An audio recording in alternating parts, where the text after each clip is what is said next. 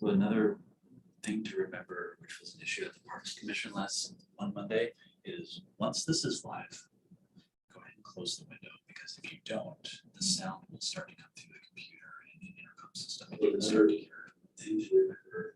Issue at the Parks Commission last Monday. Once you go live, close it. Wow, really? And it's still streaming. Muted. No. Well, you can mute it now. Yeah, Yeah. if you don't want people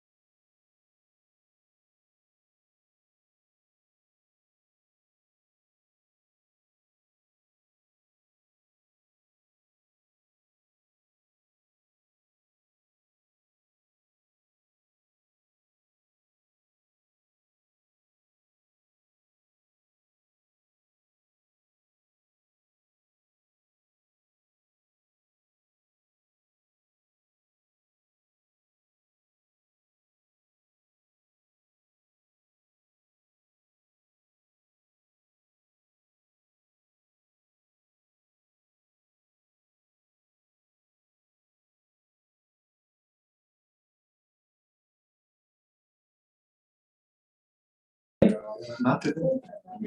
Doesn't look like that. Doesn't it? Right, combination of wind. Something very different. Yeah, that's what. Be too tall. Yes. And that's why when you get to see, especially the woodline. Okay, we'll call this council work session to order. Wednesday, December 15th, the time is 1 p.m. We'll go ahead and read our council mantra. Number one, I am a city councilor as an advocate of quality and effective services. I will do what I can to promote cost-sensitive and professional services to city residents and visitors. I will do what I can to promote safe environment for businesses and families. Number two, it is my responsibility to contribute to a stabilized environment for the city. I am an opponent of uproar and dissension and conflict. I believe in cooperation. 3, I believe in routine. The greatest gift I can give city residents is to provide services that are predictable. 4, every comment I make, every vote I cast will be motivated by the question, what is good for the city residents and visitors. Number 5, what I want for my family is what I want for all people in the city. Number 6, I will champion the city. I will compliment and reinforce. I will suggest and recommend when necessary. Number 7, I will support the majority position of the council. I may not agree. Once the vote is taken, I am with the others. Number 8, I will come to a council meeting not having made a promise to an individual or a group. Number 9, at all times, I'll remember as a city official, my purpose is to serve and represent others and act on their behalf. 10, courtesy is a rule. I will not break that rule. Number 11, council meeting is a business meeting. Entertainment, not social hour, it's not question and answer, it's a business meeting. 12, I am busy, councilors are busy, city staff and administrators are busy, everyone is busy. At this meeting, I will do what I have to do. I will do it as best as possible, and I will respect the time of others. Okay, now that out of the way, which is what we try to live by here. We'll go ahead and open up for visitor comments. Please state your name for the record and keep it to 5 minutes. Tina Curry. I just want to give a quick feedback from the Christmas Chips Parade, which was fantastic. We served about 300 plus cups of cocoa. It did not rain. It was a Christmas miracle. And Santa and the Owls were amazing. The families that came truly enjoyed the music, and we had set up a live music box inside of the City Hall window. And people in line when they were waiting for cocoa were singing songs along with them. It was a really festive, great atmosphere.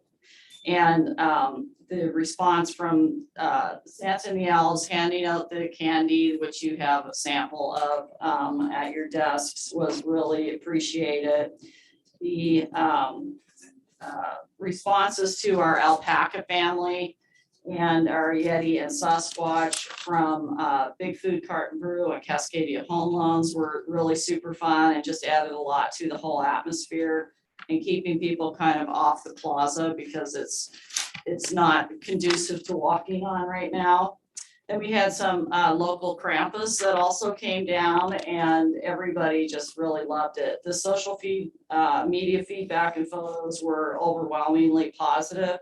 And the Christmas Chips dinner was paid for by tourism, which used to be part of what city staff and council did, but with COVID that changed, but that seems to be working out well, where they would just come up the ramp and pick up their box of really great food to take back to the boat. And we were also able to provide for the police department with the podium and the backdrop for their award ceremony, which I saw photos of that seemed to look really good. And I just wanted to also thank Public Works and recognize them for everything that they have done for keeping the plaza going. And despite the incredible rain that we're having, doing what they can to keep the lights going and the decorations together, because it's a challenge when it's windy and rainy and monsoon kinds of weather. So I wanted to thank them too. That's it. Thank you.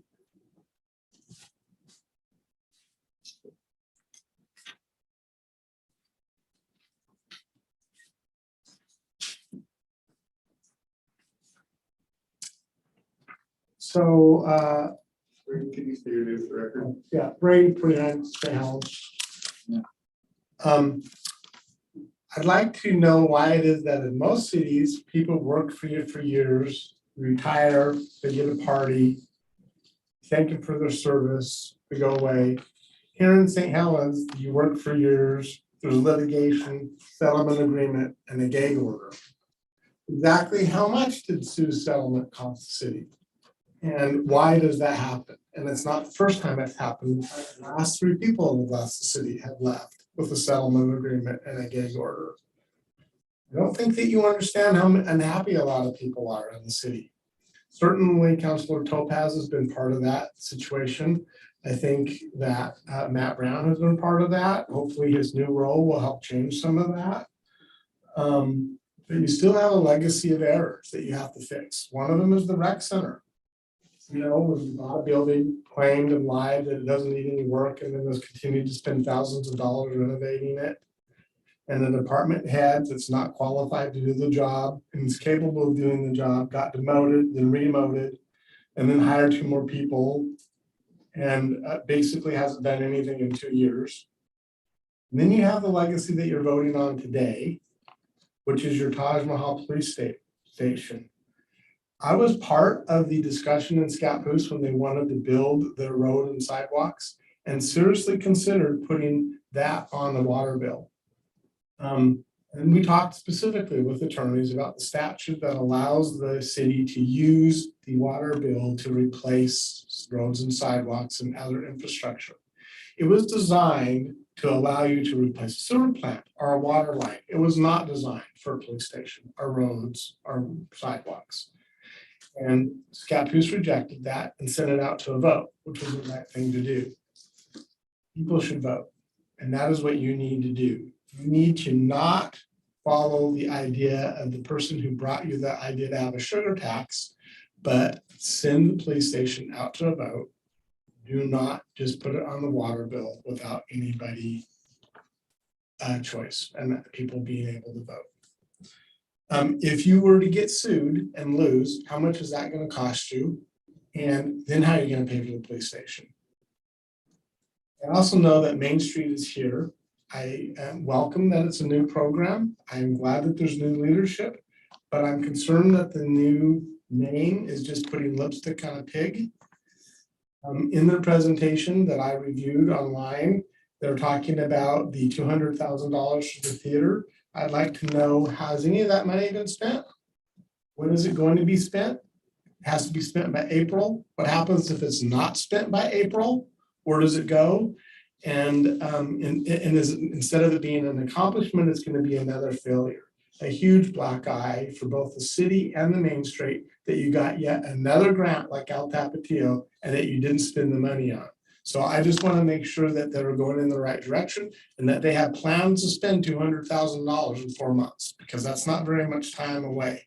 I want to make it clear that the responsibility to spend that money is not the theaters. The grant is to Main Street, and it is their responsibility to have the infrastructure, the planning, resources to get the project done and completed. And if it isn't, it's a failure of that program and a failure of the city, not the Columbia Theater. So I want to happen. I love the theater. I think the Main Street's a great program. I want to see it happen. I'm just concerned that it's not going to happen because we don't have very much time. Finally, I wanted to notice that the ships was great. It was very cool. But just comment that it's funny how the pirate ships all disappeared from the dock. And the police station the police don't seem to be able to do anything about the pirate ships. But when you ask the tourism director to get rid of them for the Christmas ships, they suddenly disappeared and got moved. So I don't know, maybe we should contract with ETC to patrol the docks or something, because obviously it got done. Thanks. Hey, I want to apologize. Council Berkeley didn't know me. He'd be a few minutes late, and he's always just right with you on time, and he was courteous of pretty frequent comments, so, thank you, Councilor Berkeley. You bring your own mission. Any other visitor comments? Yeah, okay. All right, so we'll go on to the first item on the agenda, which is an update from Main Street Board in February. President.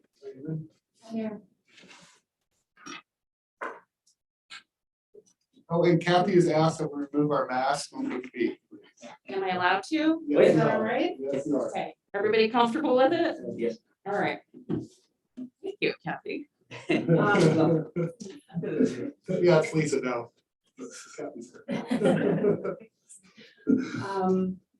My name's Erin Salisbury. I'm the interim president of the St. Helens Main Street Alliance. And before I give you my presentation, I just want to thank the council for the opportunity to be here and to speak to you.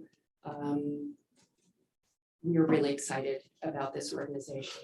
So you may have known us as Shedco in the past. We are now the St. Helens Main Street Alliance. And so we are in the process of becoming the new thing. Part of the refocus on our name, the Main Street Alliance, is that the Main Street approach is a proven approach to revitalizing historic downtown commercial areas.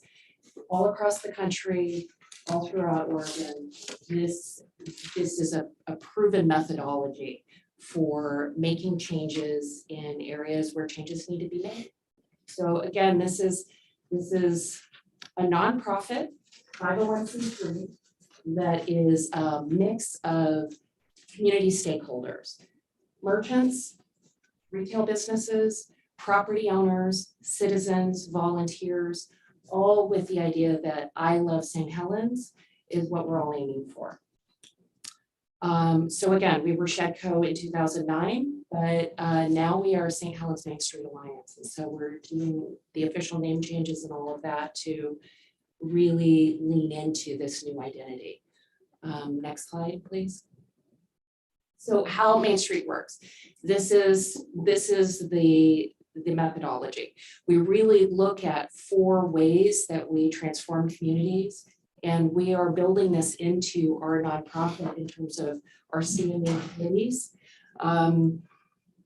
Economic vitality, I'll talk about this as we get a little bit further down, but that is really what does it take to make a community be vibrant and live and easy for businesses to set up shop or move to a larger space or have the commercial kitchen that they need or have a storefront that's well lit or a movie theater that has a big, beautiful marquee that now has all the lights active on it and that they can use modern signage things on.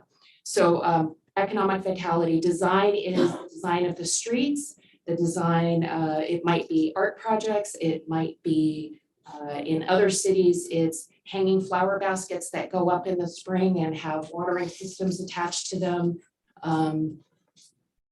It might be working with city council to have new initiatives for how we can support businesses and improving their facades and their storefronts. The promotion aspect of it is what Shedco used to do very well, have events and do things that draw attention to our merchant community and to our downtown area and our uptown area. And then the organization is kind of the nuts and bolts of making sure that our nonprofit is doing what it can do to recruit new volunteers in and have a strong board and do the work of connecting with you as we move through our growth. Next slide, please. So this is our mission statement. We're really all about building a high quality, livable and sustainable community that will grow our economy while maintaining a sense of place. I want to talk about what Main Street claims as our Main Street corridor. And that is everything from Highway 30 up on Columbia Boulevard, so all of Holton, all the way down around the corner past the funeral home, past the liquor store, around the corner, down onto First Street. We'd also like to be a part of the new development that happens in the riverfront area.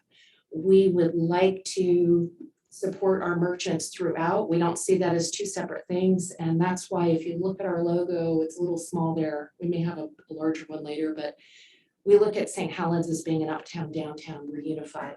There's no separation. So one of my board's big initiatives is making sure that we are connecting and reaching out. And it's not just a focus on what's happening down here in those few blocks near city council. Next slide, please. Okay, so we're in a situation, as you know. Oh, okay, did we? Okay, I think we jumped a slide. I don't know where we're at. Let's talk about this one. We have one more now. Perfect. Okay, so the pandemic has been tough for everybody in all different ways. But one of the things that happened for Shedco was really a chance in that time period of 1920 to take a look at what do we need to do to revitalize that as a nonprofit. Every nonprofit goes through slumps. Every nonprofit gets to a point where maybe leadership needs to be adjusted or really just a chance to refocus on what's the mission.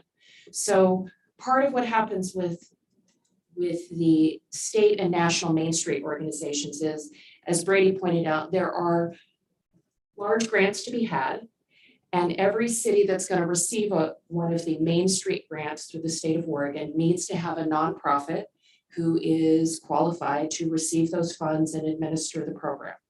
So the Oregon Main Street came back with their recommendations for what we needed to recreate and revitalize Shedco into a Main Street organization.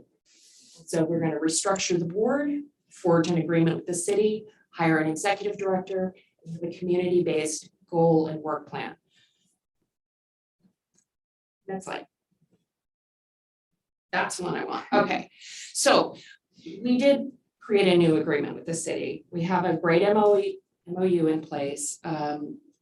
This kind of lays out the basics of it. They scroll down just a little bit. I can't see it on the screen. I don't know. I guess I'm missing. Go back. So I think, are we missing a line on that? No. Okay. We have got.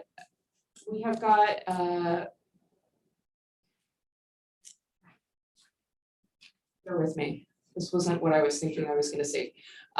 Maybe it's not in slideshow. Yeah, it's all right. It doesn't matter. I can talk to it.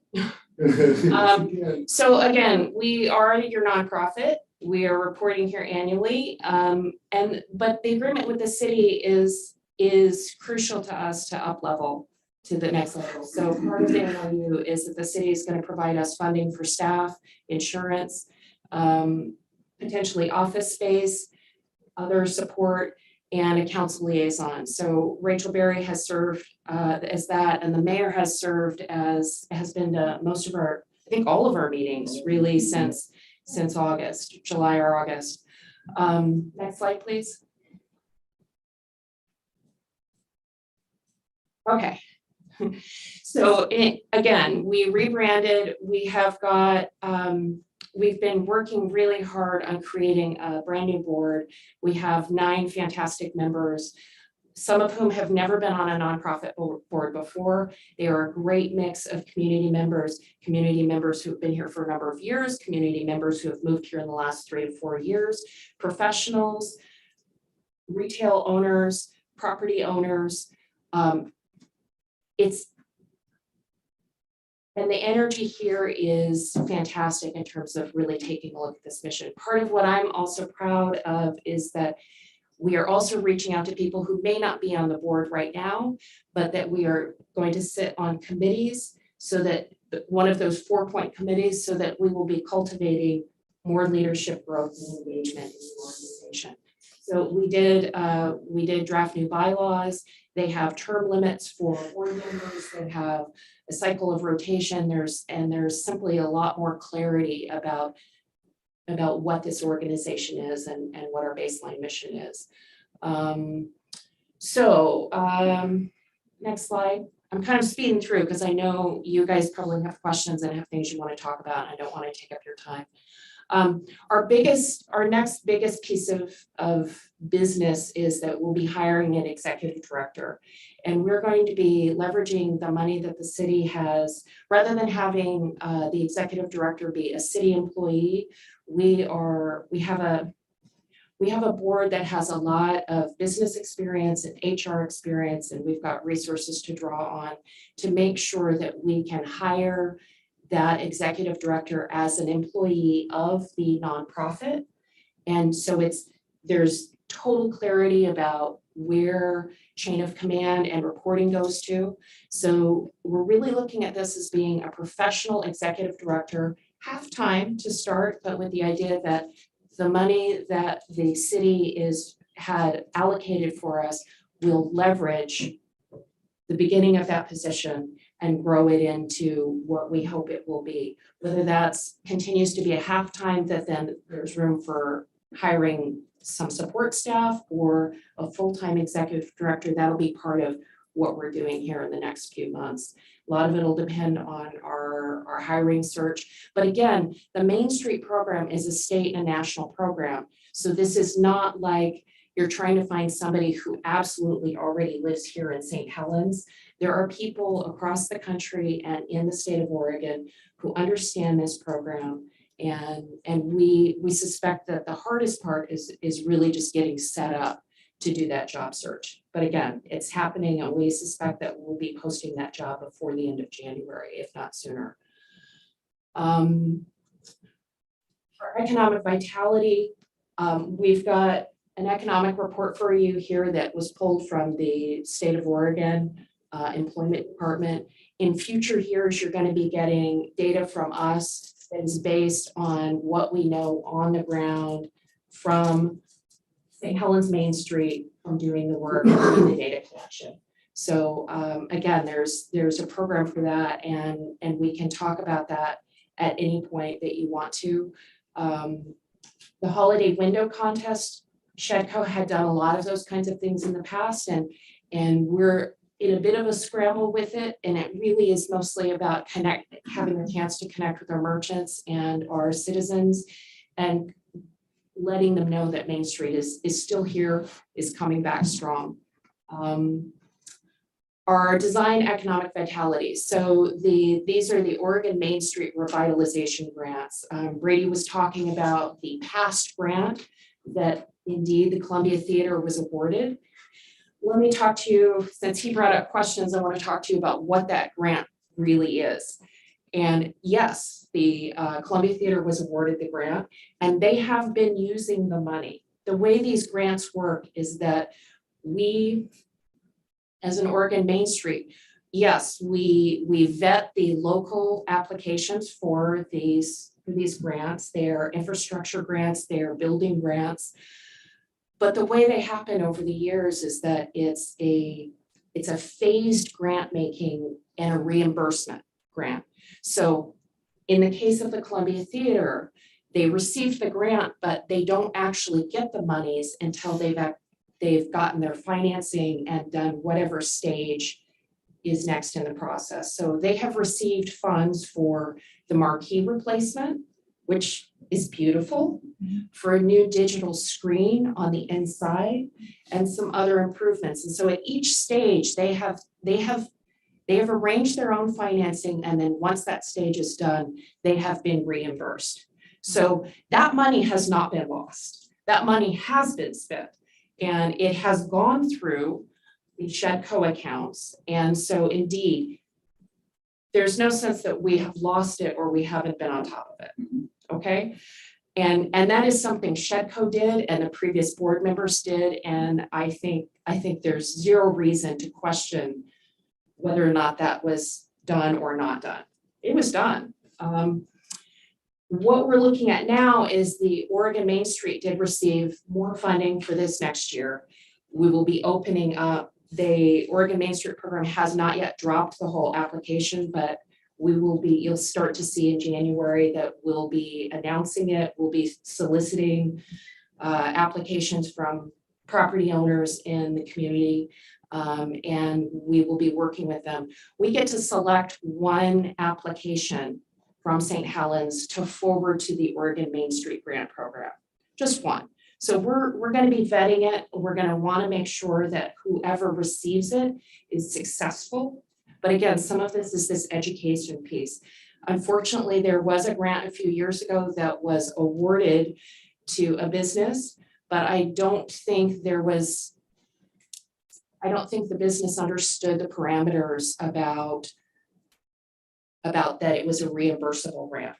And so again, yes, there was a grant that was lost, but personally, I see that as part of what our job as the board is. And as the St. Helens Main Street is making sure that whoever we select can be successful. And so there will be a lot of work. And again, we only get one grant.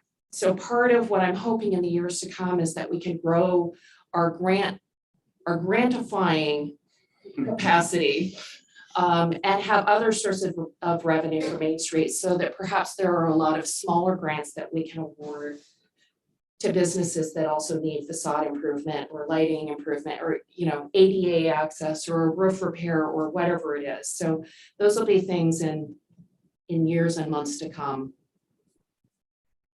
you'll be hearing about. The big one. So we are going to, in January, we'd like to invite all of you to come on January 9th to the Columbia Theater so that you can come see where that grant money has gone. So January 9th, 12:30, 1:30, I'm sure Rachel will be hassling all of you about that. We're calling it our award ceremony for our window display. Next slide. I apologize, I'm taking way too long about this, but I love this nonprofit and I love the chance to serve the city this way. And so I will try to just slide right through this, and I want to open this up. You see my beautiful slide here. This is what we're going to be doing in the year to come. Each one of those items has a big thing behind it. But again, we're going to do the best we can to really be able to provide you with details and transparency. Next slide.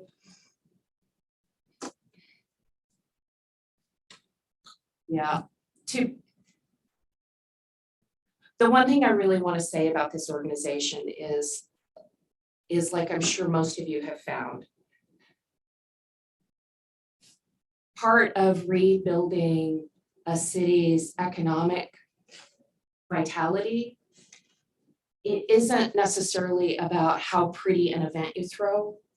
It's about the kinds of relationships and connections you can make with the people in your town.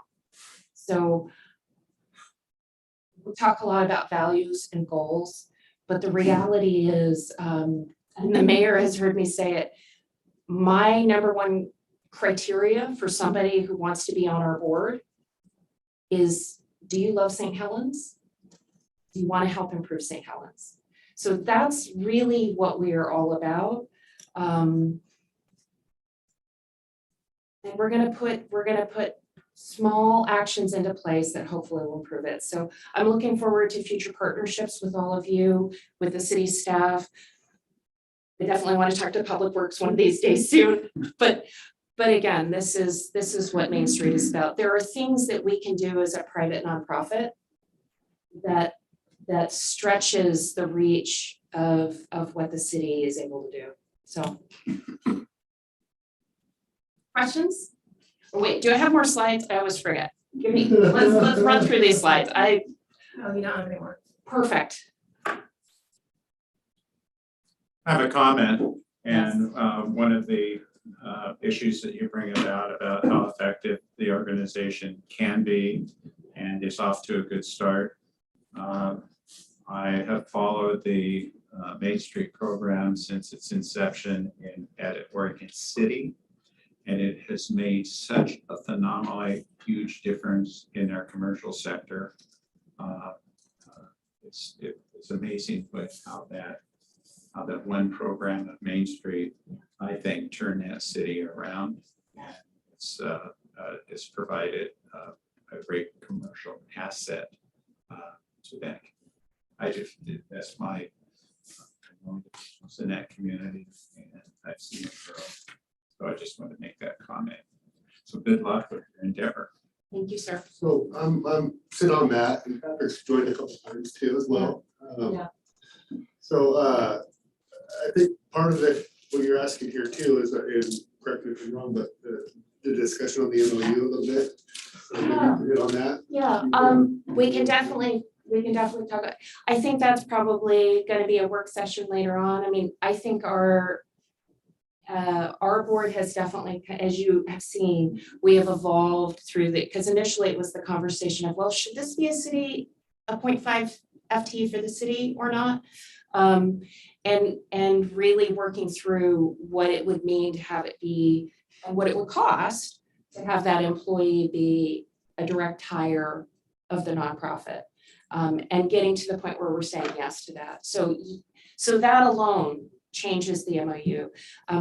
The other thing that we really need to take a look at as a Main Street board is where are we going to find physical office space and where do we want that to be? So we're chasing down a couple of options, and you know, the initial conversation last summer was what are the options in potential city-owned or city-leased properties. But it may be that if we find a solution that works a little better, I think we're all in agreement that this should not be located in City Hall. And there are a lot of reasons why we want to make sure that our office space works. So I don't feel like I have to have an MOU. I want to come to you when I know what our details are, if that makes sense. So, but I feel like we're working really hard to work through our list of what we're supposed to do for the city. And I think, and I'm really excited for the energy and the trajectory that we're already on. So. I'd like to reinforce your comment about not being in City Hall. Once upon a time, way back when we began, I was on the JEDCO board. Yeah. Oh, Councilor Topaz, can you lower your best? Oh, I'm sorry. Sorry. And we had some help from the city through AmeriCorps.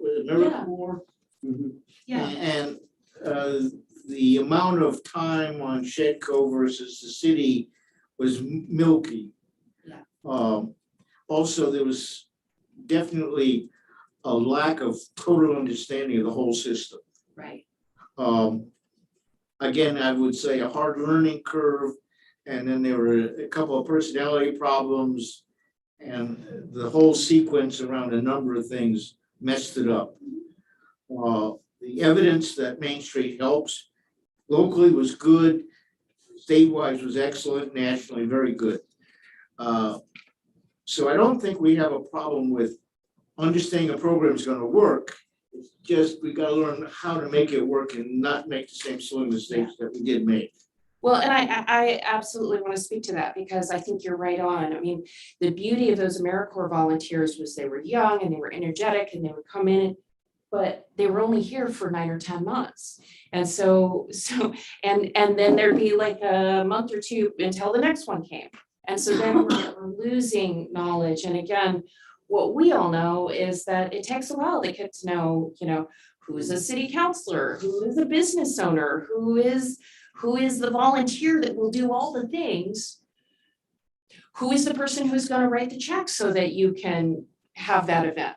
So and then again, that's coming down to, we just think it makes a lot of sense to have a permanent hire as our executive director, somebody who's got the time and the energy and will over a longer period of time be able to build the program and make it really work. So there was another, I'll call it an emotional problem. We have in the train station chamber. Mhm. And the chamber and the council and Shedco really never meshed hard together. Well, this is the beautiful thing, right? Main Street is not Shedco and Main Street is not the chamber. And the thing about the chamber is for all of South County. The chamber is for Scappoose and Vernonia and St. Helens. And a chamber typically is a business representation. It's business owners who are chamber members typically. What Main Street is specific to St. Helens, historic business districts, but there's room for everybody to join in, whether you're somebody who is a resident of the community outside of it, whether you're a property owner, but you're trying to improve your building so that you can have more tenants, all these things. So again, Main Street has a really beautiful focus that no other organization does. I just had a comment. Yeah. Judy Thompson and I have had many conversations. Yes. She's like a mentor to me, and It's her love amazing. and devotion to this city is just amazing. Yes. So I'm just really looking forward to Yeah. seeing what you guys do. Yeah. Here we go. Yeah. Here we go. Don't stand in front of Judy when she starts moving. Oh, Just come on through. That's it. That's it. No, I was just gonna, in an effort to kind of move this along, the notion of modifying the existing memorandum of understanding between the two parties here, that we could come back to the draft and talk about it further. The existing model of providing the employee was purely based on relieving an administrative burden onto you. Absolutely. You wouldn't have to focus on those kinds of duties. Well, you didn't realize what rock stars you were gonna Yeah, get in that's this right. new, No, that's in this true. new batch of board members. So, I mean, thank you. So if Yeah, I'm thinking, council would like to Yeah. direct yeah, them to I would agree. I gotta make, I'm not on your alert list for the meeting. I knew there was a meeting coming up and I missed, but I do see the next one coming up. But I have been impressed with the energy vitality at those meetings. And actually, I think 2 weeks ago, when it was first mentioned that you were investigating and not having a city employee, I was excited about that. I felt confident about that, given the energy and the diversity of the people we had on that kind of thing. So I appreciate, John, your comment about how that came about, and that that we're seeing, in fact, they have that capacity. We'll see, but no, excited to give that opportunity to do that. So. And I can just, for council's comfortability, is that they are true professionals on that board, and that the money's not changing, it's just the direction, allowing them, like John said, we're taking the professional burden off of, but there's a lot of professionalism on that board, and definitely well capable of vetting a good director. So if we'd like to direct John with them, if on that exception of the MOU, that's what I would recommend, if we have a head nod. I agree. Yeah. Yes. Yep. So there's that, and good work. Yeah, you got some good energy on that board, and a lot of, I love that they stripped it right back down to the basics, with the bylaws, went through the whole process that we have to go through in order to do this, and they have done that. Been on every meeting for quite some time, so yes. I think at this point, we're really working on getting a solid foundation. And I think I have plans to come back here next year with whoever is gonna be the 2023 president. To give you a stellar report. I think we're ramping up in a beautiful way. And I understand the simplicity of maybe just applying for one business in general, but you're not limited to putting together a application with as many as 4. Right, Actually 4 or right. 2 It or will- 3. Yeah, we only get one application. Yes, but There has to be a through line of related, Yes, scopes of work have to be but meet the criteria. the other thing is the Oregon Main Street grant, the state grant, That's just one grant. Mhm. And that's just, one grant making program. And I have plenty of board members that are already taking a look at where can we find some other funds and how can we diversify putting money back in. So, thank you. Thank you. All right. Thank you. Okay, next item on our agenda is discussion regarding residential fire sprinkler in adult foster care facilities located in buildings. Mike the right. Yes. Takes here. So yeah, thank you for taking the time today to discuss this with you. Like you said, the topic is residential fire sprinklers. And my objective today is to inform you guys on the change that's occurred and then to prompt any feedback that you guys might have on it. And so I'll get right to it. So in earlier this year, we did go through a code cycle change, and I did present to you guys some stuff earlier this year about that. And this is one of those items that was on the radar, but wasn't noted as significant until it started actually getting implemented and a few other things changed. And so what we're talking about is the application of the ORSC, the Oregon Residential Code, with regards to child care and adult foster care facilities. Before it was applicable, the new rule now bumps it over to the neutral code or the structural specialty code, which will require fire sprinklers to be put inside those facilities. You know that is a big impact for those types of startup facilities. One other part, if you saw the technical bulletin I supplied in your, there's some language in there about site-specific determinations or discretionary powers of the building official. And what this is pretty much pointing to is section 104 of the code, which already is declaring these things, but it's reiterating the fact that we know that this system is a big deal.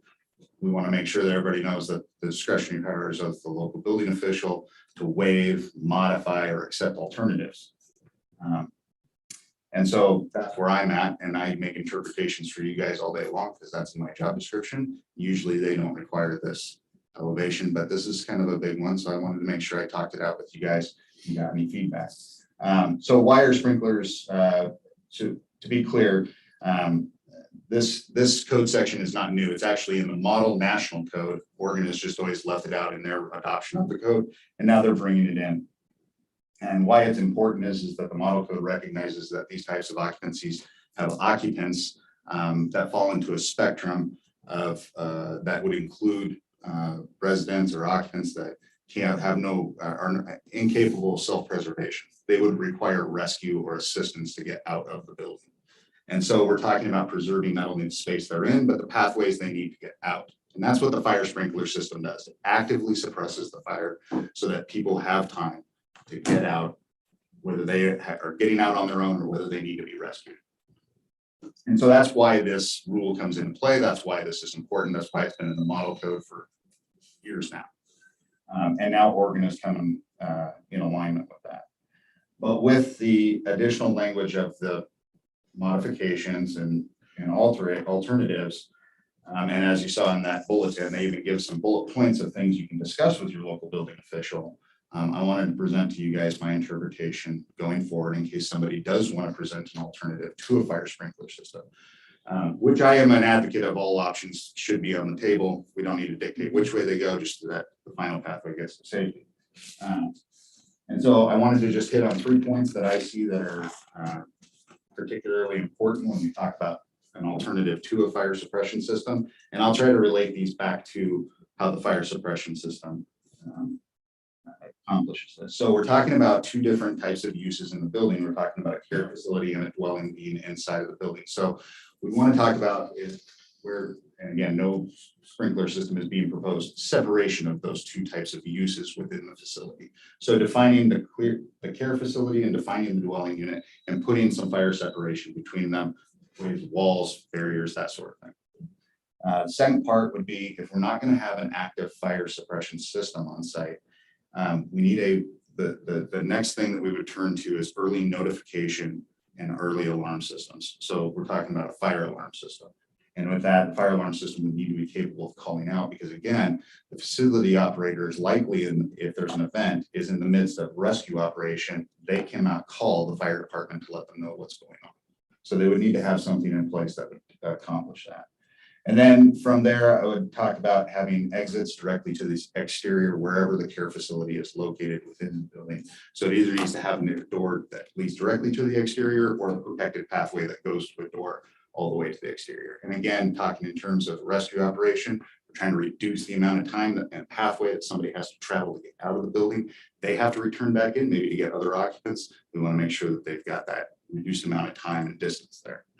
And so those are the three top items that I look at as we need to identify and have addressed through any kind of a application that would be proposing not to use a fire sprinkler. Otherwise, they would be required to use a fire sprinkler system. And with that, I will stop. I hope I kept it short enough. You rocked it, brother. We'll open it up for some questions, comments, or anything. Okay, when I was at Hopkins, we worked very much with the fire system and the police and the fire departments. This is 1960s.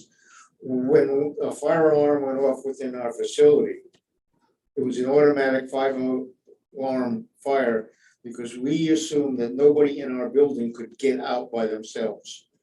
Do we have a code or a law that says the fire company has got to send everything it's got here? Well, how the fire district responds is really up to them and how the communications through CCOM. Now, in the case of the type of system, the type of fire sprinkler system they're requiring here is what's referred to as a 13B system. It is for a dwelling. It actually does not call out at all. There is no local alarm. It is about as simple of a fire system as you can get. Sprinklers in the air, they activate and they start suppressing fire. Because what I just discussed is this is what had to happen even when I was safety officer at the hospital in New Jersey. There was rules of what the fire company had to do. Gotcha. Obviously, an automatic setup. Gotcha. And that would be set by the fire district. And there are other systems that are required for other types of facilities like institutional facilities. That's a fire district, not a state rule. Yeah, it would be up to the local fire district. So your way almost sounds better than what the state has in place. You're talking about doors really close. You're talking about double sheetrock barriers between facility and community. The automatic phone call to a fire department, get them there right away. I mean, you're just saying that's what you're proposing to us. This is recommendation for an alternative. Yeah, this is the kind of 3 points I see as being high level that need to be addressed in any other alternative proposal. So Maybe I missed this, but did you say that you spoke to the local fire district about this? I have actually, yeah, I spoke to Tad Peterson. My specific questions to him were related to fire alarm systems because I just was trying to determine whether or not the local fire district would be wanting that call out for these types of facilities. They did confirm that they would. We had a discussion about it. Okay. They did confirm that they would, but yeah, they're aware of the new rule and we have actually had an application come in at this point for a new licensure under 329A. And so with your district for certification of fire life med, which you recently acquired a year and a half ago, right? a little over a year ago. Yep. So that allows you to do this too as well? Well, this falls outside of that certification. This is just under my residential and building certifications, but Yeah, but it's definitely on your mind. oh yeah, for sure. Yeah. Absolutely. Yeah. But the real picture is the state is behind the rest of them. Yeah, this really brings us into alignment with the national model codes and whoever's adopting those, which is quite a few jurisdictions. And I can speak to like Washington has adopted the model code and has that specific provision in it. So it's not too uncommon around here. Now, this is beyond you, but involves you. In Boston, all fire trucks had to have building drawings in their precinct on board that truck. So when they got there, they knew how you could get in and how you could get out. Do you supply that to the fire department? Yeah, all of our commercial buildings, we provide a copy of the approved plans to them for their use. Do you know whether they have to carry it in the truck or are they just? You know, I'm not sure what they do with them afterwards. I would imagine they either have a file form or they're keeping them electronically, one of the two. We just supply them a copy, and after that, I'm not sure what they do with them or how they catalog them. You supply them a paper copy or electronic copy? Currently, it's paper. This for a long while, they had a hanging file right behind the driver's seat of every commercial building. And that again, well, they've been around a while, was mandatory. So we don't have a mandatory, and hopefully they do it or they look at it. I don't, that would be outside of my, Okay, I apologize. That'd be something to ask for the fire district to answer on. In there, you would have to tell the fire department, this is what just got changed in building on 38th Street. Yeah, we would, in the case like this where a fire alarm is, we do notify them of these types of permits and they get notification of those. And then in the case of a commercial building, they would also get the set of plans. Okay. So, the state changed the code. We take any. There's no decision to be made. Okay, It so was this more is just, again, just a discussion point. And the reason I felt it raised this level is just, it's a big impact for folks that are trying to get into this. And I get phone calls about that sort of thing, and I want to make sure you guys have the information you need. So, How big of an impact? I kind of did just a penciled out cost analysis on it. And for a new sprinkler system, I was coming at all fees, everything involved at around $15,000 for a 1,600 square foot home. Everything involved from start to finish, not just the installation. So, Does you know that reduces the insurance on that home? there are insurance benefits too. There are some insurance A little bit, benefits, I should say. yeah. It's not- A lot of times the property damage that sprinkler systems can cause also play. It saves lives, it doesn't save dwellings. It saves lives. I appreciate you adding that context in there in Yeah. case I do get a phone call, so, thank you. Yeah, you bet.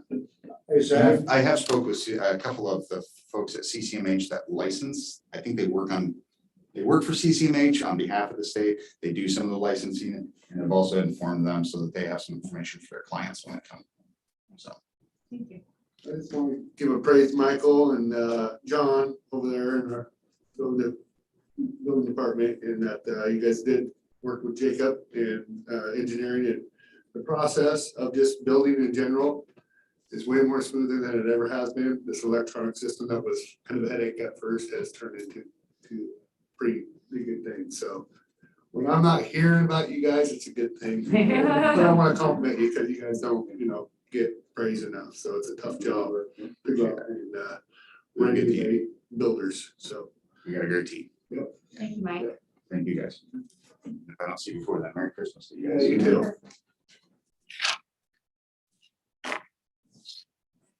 Okay, our next item on our agenda is review the new public works job description and plan for internship program. Mohammed.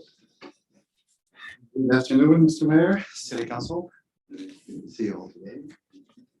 I hope Kathy have passed a little bit of a document that I provided to you today for review, as well. This will help guide our discussion a little bit.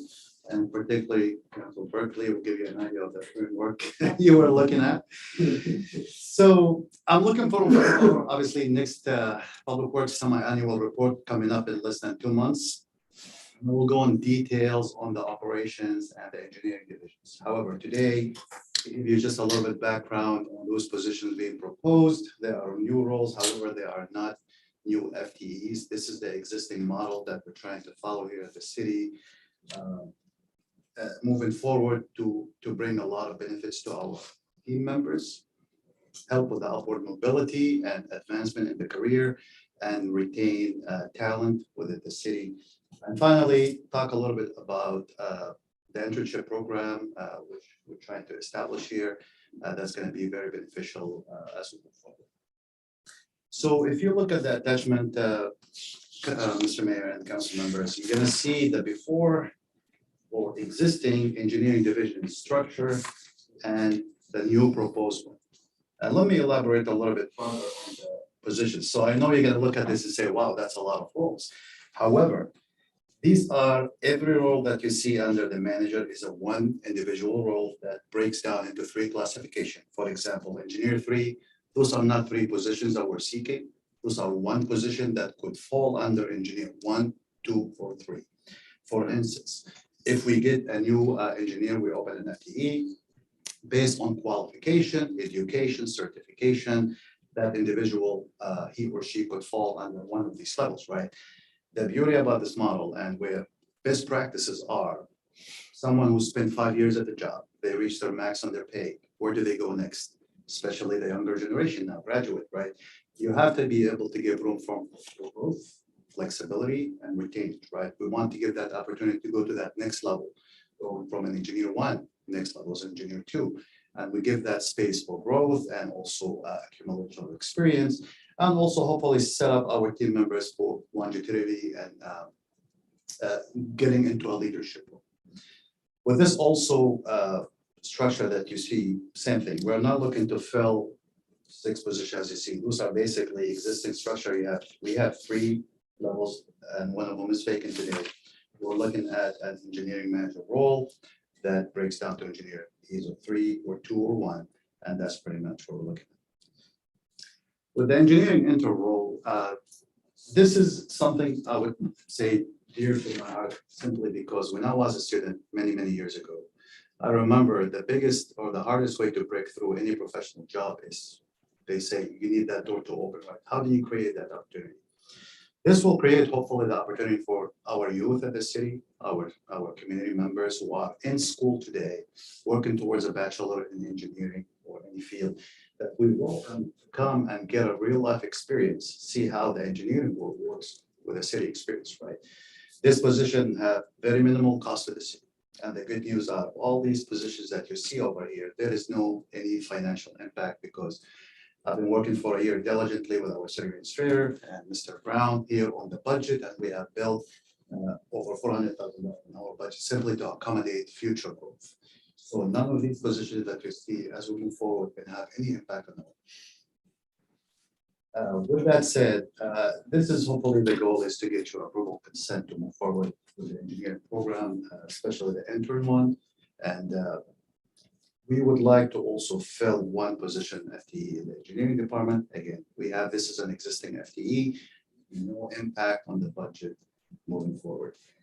As you probably already know, we have tons of mega projects going on simultaneously, and I am today the public works director, but also the engineer, and the workload has been distributed over 2 people. We have a vacant position we'd like to fill. But as you can see, we're looking also into a lot of cost saving. Mr. Mayor, you talked a lot about prevailing wage, and how can we substitute some of that with internal expertise. With these roles and the job description that you see, we have built that experience where we can actually leverage our roles as engineers at the city to save tons of costs when it comes to inspection, project management, construction management, as we move forward and all these projects that you see going on at the city side.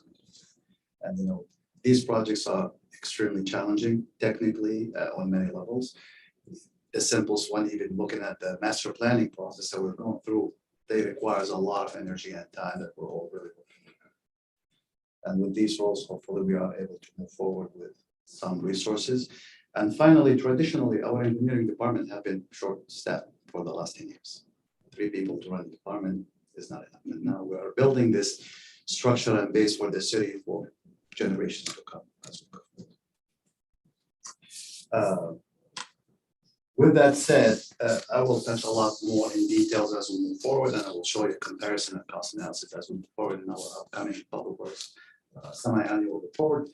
Focus solely on engineering and operations, which are the 2 areas that are like. I welcome any questions. You mentioned about budget. Do you have budgeted fees for people getting their professional license and continuing education as a standard item? Well, yes, Council Topaz. So the classification that you see, as for example, I'll give you engineering technician 1, 2, and 3. With every level of these, and by the way, just to give you, you don't have all the full job descriptions because some of them are unions and they are being reviewed. I was hoping to get everything to you today, and just again to get the framework. We're not looking to open these positions. However, in those job descriptions, you're going to see on the level of experience and certification, just what determine what takes you to level 2, and obviously level 2 compensation is a little bit better than 1, and so forth. So yes. You do have a budget to help these people go through the education and certification. Yes, I have been an avid supporter of continuous education and development for the entire city staff and public works. I constantly encourage going back, whether it's a certificate, whether it's a degree, and we highly recommend that and push our teams. And a great example would be, since I got here, one of the biggest, obviously leadership, my role is to recognize strengths and weaknesses of our team and help them grow, right? Our current project manager at the engineering department, Sharon, talented project manager, who has done very well when it comes to projects and the technical background. My first question to her was, do you have your PNP, which is stand for Project Management Professional Certificate? This is a great tool for an individual who is passionate about project management. And I told her I would love to see you work towards that goal and see if you can achieve it. That would be a great milestone in your career and for future growth. And I can tell you very proudly, she studied hard in the last 9 months. And she took her exam about a month ago and she passed and she is now PNP certified. That's a great example of just being proud to see people put in the work and earning, and that takes you to the next level. It's a great, and that same philosophy applies to everybody in public works from top to bottom. Doesn't matter what you do, we're all equal and we're trying to get everybody to get motivated to improve and go to that next level. I have a question, kind of following up to that. So managing and teaching interns can create a lot of work. Do you have the infrastructure needed to run that properly?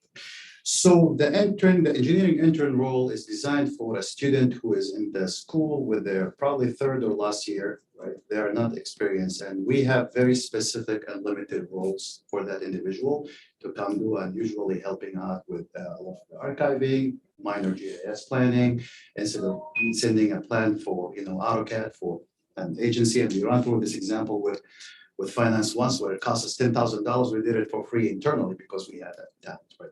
Student at that level would have been freshly into a lot of those GIS and CAD models. They can bring that expertise to help our team basically with a lot of that stacked up work. And that role is really not required to be professional or anything. And just to give you the numbers, engineering intern role will cost the city between $15,000 and $18,000 a year. It's a very specific model for 6 months only for specific type of students, but also give that person the door to get an experience in real life, see what engineering is like, number one. Number two, it's a great opportunity to support community, to support citizens who are sometimes not given the chance, right? The city will open the door for this type of role, which is unique and it's extremely helpful in my opinion. Being one of those roles, I worked for a year as an intern for the city of Vancouver a long time ago, and that was my eye opener in the engineering world. I learned so much, right?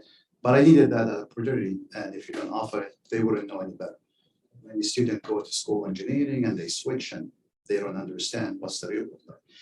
And last but not least, again, no physical impact. This is already pre-planned and we had it in the budget and will be pretty much a great benefit to the community more. I'm all for the intern program. I think it'd be great. I'm just want to make sure that the engineers and people that are overseeing that intern feel supported. And as you said, they can be already short-staffed and overworked. You're right. So we wouldn't want to add more tasks to their. Council Chilton, great question. And this is where the framework comes in, right? We're looking for this particular framework with a manager, a lead type of role. So the engineering division manager have very specific duties. And if we do have an intern, that role will be part of taking that and lead and be the mentor for this individual. The engineer 3 level play also that delegation leadership role, supervisor, if the engineering manager is not here. But those are also pre-planned. When we're gonna bring an intern, when the time comes, we're gonna have very specific 6 months full of tasks to be done. It's not gonna be random, come and help me today. We have a great plan in place that's gonna be assigned on a regular basis. And those, again, flexible, right? They are 40 hours per week. However, a lot of students will be between classes, so they wouldn't be able to commit to a Monday through Friday. They might need 2 days a week, come in, learn, and go and back. It's designed to be very flexible and to give that opportunity of exposure for the engineer. It's defined to be an internship as compared to a job. Exactly. Yeah, it's a straightforward, that's supportive. Happy birthday. Yeah, so no, this has been very helpful. Wear your mask. Very helpful. And I appreciate Sean's response to an email I had sent to him, and I think this is part of the result. This is just for you, Council. Just for me, but I think it's been, I need to see this because I wanted to impress you in our semi-annual report. This wasn't supposed to come today, however, it's all right, this is a piece of the puzzle and it will give you at least that framework of what we're looking at for the. And it is helpful, so, so that if we approve this, we're going from this to this. But each of these. Is one role. Is a role Correct. and this and that, so what, when we've approved this for this fiscal year, how many employees are we having in our engineering division and what titles Great. do they have? Currently, today, we have two, we have a vacant role. Vacant, right? So these are definitely vacant role we want to fill. So out of this entire structure today, we were only looking to fill an additional one FT. The engineer, one or two. All right, correct. And this is the additional FTE will bring the team to 4 team members. And with that said, we don't know obviously the pool and what we can expect, but it's an FTE that's already existing and we're leveraging that today. And again, I'm what you call, I love to make decisions based on informative data and statistics, right? It took me a year today before I came up to you with this. Not the first day I came because I really wanted to analyze and dig through. And now I'm working, as I said, I'm wearing my engineering hat today, not the public works director role. So it's a dual role until we get on board with all the projects and support our team. That's right. It is, your anniversary just passed. Yes, I can't believe it, just Okay. a month ago. Yay. I survived. All right. So I will say Mohammed is very professional and he's been on this past John and myself for quite some time and it's been well thought out. And I love that he's doing a presentation because it just shows his professionalism. So, Thank you. yeah. Yeah, and again, I appreciate the leadership support, our city administrator. 99.9% of my decision, always I like to go deep into the details with our city administrator as well, and our leadership and the council president to make sure everybody's on board as well. Good. Because I value your input and I like to make informed decisions. Any other questions for Mohammed? Thank you very much. Good to see you. And just like Mr. Mike, if I don't see you, Merry Christmas. Happy.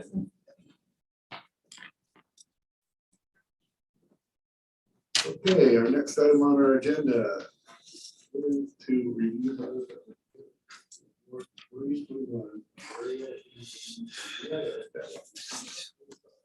You go. Yes, so on your regular session tonight, one of the items is an award bid contract for aerial imagery and GIS data. I just wanted to talk to you about this as a work session to implore you to approve that. And so you understand what the heck that is. So it is an effort to update our aerial imagery and our mapping data. I know it's titled 221, but the work and the aerial capturing is anticipated, well, proposed to happen in 2022. In fact, in March is an ideal time for that because you do not have leaves yet, and you can get a more optimal sun angle to get some nice crisp aerial photos. This is something that we use daily in and out for a variety of things, both presentations, grant projects, everyday planning. I mean, a whole plethora of stuff. So a little bit of history, just so you have some context. The city originally had some of this type of mapping done in 1995. And then we shot some of our first aerials in 2000. There was some updates here and there. And our most recent aerials were from 2009. As you know, we had the Great Recession, 2007, 2009, and then we kind of reeled from that for a while. And so at that time, one, we couldn't spend money on anything. And two, everything kind of paused as far as development activity. And that really extended the usefulness of the data that we have now. But back around 2016 is when we started getting nervous about, oh man, our data started to get kind of old. And our last finance director was freaking us out about PERS and how it was going to screw up the budget. And at the time, the first thing that some of us, oh, what about our GIS data and aerial photos? So it's something we've been talking about for some time. Yeah, I mean, that was our priority. It just shows you how it's been on our mind since. Now, I mentioned this tidal wave of growth that we dealt with, and this has always been on the back of our minds, but we were just kind of dealing with a lot of development. But now's the time, and let me tell you why now the time is right. First of all, it's in the budget. And it's not that often I get to spend another department's budget, but it's 75 grand out of Public Works, 25 out of planning. Back in 16, another thing about 2016 is that's when we changed the zoning of our waterfront property. And so we're thinking, oh, it'd be really good to get a nice before picture of that property as well as the industrial park. And so that stuff is kind of on the horizon. And so it's a good time for that. It's in the budget. We have some new engineering staff coming on board in the future. This was just presented to you. And some of this data, for some of us, for us who have been here a long time, it's easy to, oh yeah, that's like that because that one time this person did that, now it's like this. But we don't want to have to explain that to new people. That's going to be too confusing. And so getting new data, fresh data for these new people is going to be very important. The other thing that makes us very timely is we've had this wave of growth and many of those projects are done and complete. And so this is going to capture a lot of that growth, a lot of the subdivisions and stuff like that. Unfortunately, it'll capture the temporary modulars for the high school, but you know, you have to get it sometime. And this time, our proposal is to reach out for our entire urban growth boundary, not just city limits. We talked about how many annexations we've gone through. We know that we're growing, and just to help us contemplate growth and things into the future, we wanted to make sure we captured our entire urban growth boundary. We do update some of our own data. That's not included on this. So just so you know that. So we put out a request for proposal. The deadline was December 2nd. We received 6 proposals that we were able to evaluate. We put together a team. 2 of the team members on that are sitting here at the end of the table. And ultimately, the team was unanimous in selecting GeoTerra for the effort. At this point, we're just asking you to approve the selection committee's recommendation. We will come back with the contract once we let them know we have that council approval. We can work at the final details, get the contract in order, and have some nice new data to help us into the future. So again, I implore you to approve that. Any questions? Jacob, the county has some of this type of stuff in their system. I don't know what the date of it is. So we having a guy fly with a Brownie camera and a map in a biplane, or is this gonna be satellite information? This will be a plane. Not a biplane. That'd be cool, but it will be plane. Yeah, because it'll give us acute information that we can use that the county doesn't have. And the mapping data is stuff the county doesn't have either. Sometimes we share that with the county. But yeah, what we're asking for is not something that the county has for replication. And the satellite information is not available? Or does that not have the GS overlay on it? Well, what you have to do is, because you're looking for a certain acuity, and as the satellite imagery can't give us the resolution that we want, and that resolution is going to be very valuable. We're going to have a resolution that we don't have now. So seeing those details is going to be very valuable.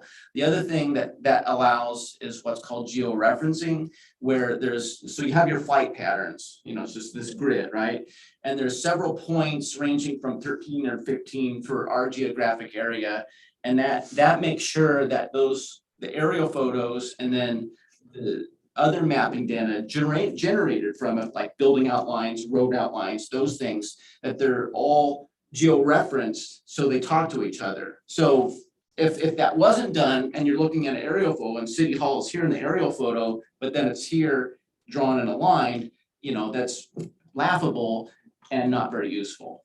So when we spend this kind of money, obviously we don't want it to be comedy. We want it to be useful for years to come. So you really don't have satellite military data available? No, Okay. and we do, I mean, we kind of limp along now, because our aerial, 2009, it's more than 10 years old. A lot of times I'll have Google Earth up compared to ours, and that's what's helped keep us kind of limping along. But, I don't want the new engineer employees to have to do that. It's unfair, it's inefficient. Well, things have changed a lot since even 2 years ago. Yeah. Yep. So when you said not comedy, I'm listening to you, and I was, my favorite question is why not St. Helens, right? So if we put that down on the property, in letters when this aerial came over, anybody who looked at our maps would see why not St. Helens. There's another reason. Marketing too, Yeah. with a big question mark. Yeah. I don't know, but you said no comedy, so some people might find that comedic. Thank you. I was going to ask a similar question, it's like, why this and not just rely on Google Earth? And thank you. Makes a lot of sense. And I'm wondering, I miss the old picture. Are we gonna get the? Oh, yeah, no, I'm gonna get the big picture back up here that I always love coming to meetings and like, yeah, I can see what was talking about. So maybe get a new. So this is something that John Wall, City Administrator, and I have been discussing for years too. And the hesitancy was the age of our aerials. We didn't want to put something up there that's old.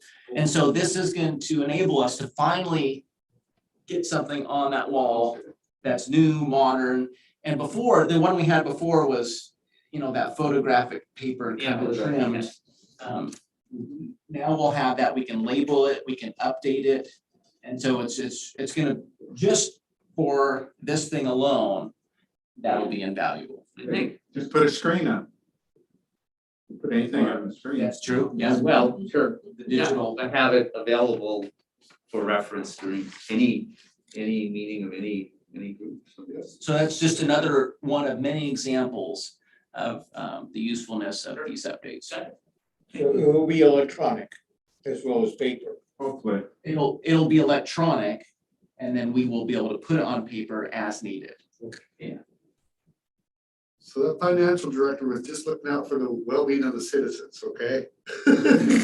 Well, he just noted the concern, and we're thinking, oh man, we need to get this stuff done. Yeah. Because it was doom and gloom, and we didn't know the economy was just gonna keep going like it has. It's in the budget now, so I wanna make sure we. Well, thank you. Thank you.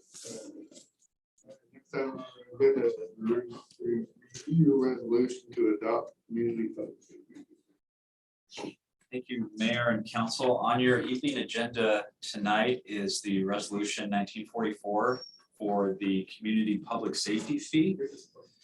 In addition to that is ordinance 3275, which is the municipal code updates relating to dwelling units for water and wastewater, which is kind of coincides with the per dwelling units charge that we are putting on the utility bills. So I'm here to answer any questions you may have, any last minute ideologies or philosophies that you want to discuss regarding the fee that is represented here is what the City Council has discussed at previous meetings. In addition to is much lower than what we have told our residents and community members during our over 20 public engagement events that we have held. And for the council's knowledge and any staff, this will be something that you will want to review, if not yearly, at least every 2 years, to ensure that the revenue is coming in as anticipated in the forecast. So whether that is me or somebody else in my position, this is something you will want to stay on top of every single year to ensure that your payments are coming in as anticipated. We maybe, I hate to do a budget committee, but maybe something they could do alongside of that is just a review of that. It is also an opportunity for us to re-engage with the committee that was set up during this process to do potentially a half yearly or even quarterly review of where things are at, how we're going. And that could be a yearly meeting as well. That could be an opportunity to re-engage that committee. Yeah, I think that wouldn't be a bad idea. They were very helpful with the process. Then it becomes a business ticket to help people trying to bring businesses into town. This is what our rates are. We double checked them as compared to, well, 1932, I think that was part of the presentation that we had to people coming in, was that we were gonna continue to have an ad hoc committee looking over the public safety building of it and fees, so I think that really goes hand in hand with our, with our already, plans, so. Do we need to direction? There's no direction, there's just the vote tonight for the No, I resolution. meant with the annual check with the ad hoc committee. We're asking them if they'd be Yeah, willing to do yeah, that. let's do it. Let's direct Matt to reach out to him. Everybody okay with that? Yes. Good call. no, I just, he said yes. Yeah. All right, any other questions for Matt on this? There has been a lot of public outreach on this and we had talked about this extensively, so. No question that it needs to be done. It needs to be, And because it is set by resolution, if anything were to change drastically where you as a council felt the obligation to go out for a bond or go to the voters, that can be done down the road, even with this here. You would go out for a bond, and if it passes, then we take off the resolution and the fee. So if that were to be the case 5 years from now, 10 years, 20 years down the road, anytime that is an opportunity, an option, if the council at that time wishes to do that.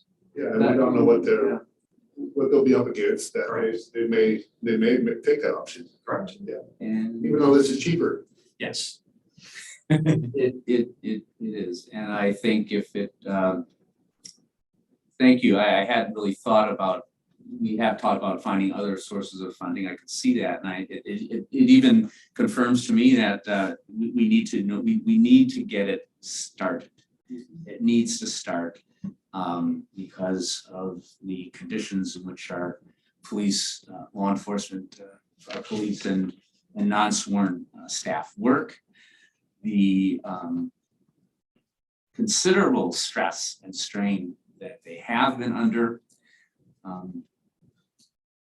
and just being fully amazed at the professionalism I see them each and every time I witness their work. To me, there's no question. We need to move forward, get it going, and then if we need to reconsider. So I think you, staff, everybody, the committee, the public outreach, never going to satisfy everyone, but I think we've made a very good faith effort, and I have no qualms about voting in favor tonight. So, and just to add to that point, Councilor Berkeley, is that we will never stop looking for additional funding and sources for this. Just as we continually look at community grants or any money that we can get from the Oregon legislature to help out with this, any kind of avenues that are out there, we will continue to look. Yeah. Thank you. All right, thank you, Matt. Okay, but it looks like you're still up here, so discussion regarding received for Parks and Rec Master Plan. You're not quite done. Yep. I'm trying to leave. I got Kathy's signed, registered here, Lisa's here. In any case though, so John and I wanted to have a short discussion with the council. This is a discussion we brought up to the Parks and Recreation Commission on Monday as well. We would like to entertain the idea of going out for an RFP for the Parks and Rec Master Plan. We took some of the comments that we received from council. We took some of the comments that we received internally, and John and I had a pretty in-depth discussion about a few key factors. And one is that we did get 2 responses, which is good. It's better than 1 or 0, but I personally know of several other companies that should have applied that I'm not sure. We did not reach out directly to firms. but I'm not sure they saw the publication in the Portland Business Journal and the other city notices that we've done. So John and I felt that it might be appropriate for us to go out again for the RFP. We would like to update the RFP with a couple characteristic changes. One of the items that was in the previous RFP was an Sdc methodology study. So basically we take all the projects that are listed in the master plan and then the Sdc fees that we charge for developers and housing, that would get kind of redistributed based on the number of projects that we have. In the RFP, we let that be part of the RFP process so that contractor or whoever selected has somebody do that Sdc methodology. You are all very familiar with Steve Donovan, who was here most recently. He also did the Sdc methodology study and revisions a couple years ago when I first started, as well as reviewing the rates. We anticipate bringing him back when the water master plan is done to review the water, sewer, and storm master plan and those utility rates. The city, because we have such an in-depth knowledge and experience working with Steve, and he's, if I could be frank, a great price for the city to do all of this work for us. We would like to take that burden off of the RFP process, pull that internally and work individually with Steve Donovan once the Parks and Rec RFP is completed to do the Sdc methodology. So that is one thing we would like to take away from the RFP process. It will reduce the cost of the RFP, and I guarantee you the rates that we would have seen on the original RFP compared to using Steve Donovan will be drastically less. I can 99% guarantee you that, just because I know what rates Steve Donovan charges versus some of the other companies. So One characteristic. I'm just curious, how did you go about rating those projects? I hear you say it's a set of money for each project, but some are gonna be more sensitive to the needs of our community and our citizens. We as a council are gonna look at that.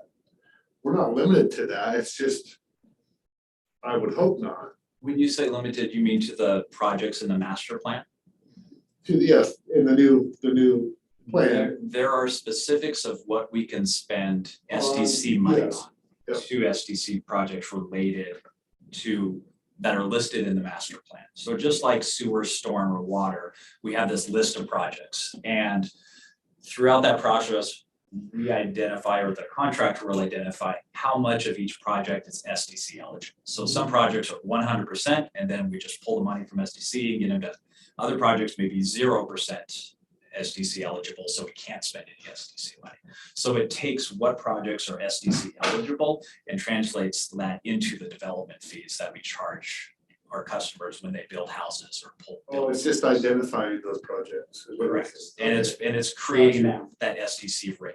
I wasn't following you. I was thinking that you were trying to identify in each park what a lot of money was allowed. No. For the SDCs. No. Okay, No, so way off of. the other characteristic I want to mention is that we did recognize that the council would like to be involved in the process of rating those potential RFP candidates. That was the discussion that we had when we had the original RFP, and I think there was confusion between council and staff on who was going to be part of that rating committee to select and recommend to the council in RFPs. So with the second RFP, we would like to obviously invite Councilor Morton, who is obviously the liaison with Parks and Recreation.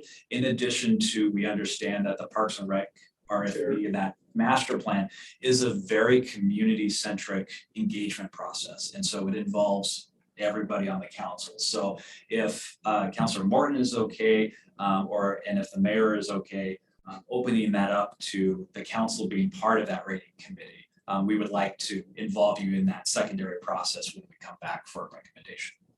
I appreciate you reconsidering that, and I value what you just said. Simply not because we want our fingers in the pie, but mostly because we are accountable. We are also a watchdog for the citizens to make certain the due process happens appropriately. So that is, I'm really glad that you came back so that we can fulfill that need. Seeing how these kinds of processes play out. So thank you very much. And I would suggest that at least two counselors have the, if I am the one person who you are suggesting, or the mayor and myself are the two individuals that you're suggesting, I would suggest that also that we could appoint, in case of our absence, any other counselors that we so choose. I thought he was talking about the entire council. Well, and that would be up to you as a If it's council. the entire council, then we could do that at a meeting. It would be, we'd have to call a meeting You could together. just call a special session if we were That'd be fun. if you were to receive copies of whatever RFPs that we received and then had a single contact, whether that be me or John or somebody else in the city, to give your rating scores to. If there needs to be a meeting to discuss the RFP, and any of those discussions, we can have that as well. But we wanted to open it up to the council. Unlike, as much as I love water, sewer, and storm, it's not as glitzy and glammy and open to the community as far as parks and recreation. Exactly, outdoor is a huge part of where we're going, this world. Yeah. So if we were to do that, my question is, if we're to do that and involve council, then we will have to involve the other members at the same time, I would think. Yeah. Correct? Correct. Okay, and would that be a separate meeting? Would that be during our council meeting? We could do a joint meeting just for, how often do we meet with the Parks Commission? It could be a good opportunity to engage with the Yeah, Parks Commission, just like you did with the Planning Commission earlier. absolutely. It helps identify, like you did with the Planning Commission, the goals, what you have as a council, what goals they have as a commission.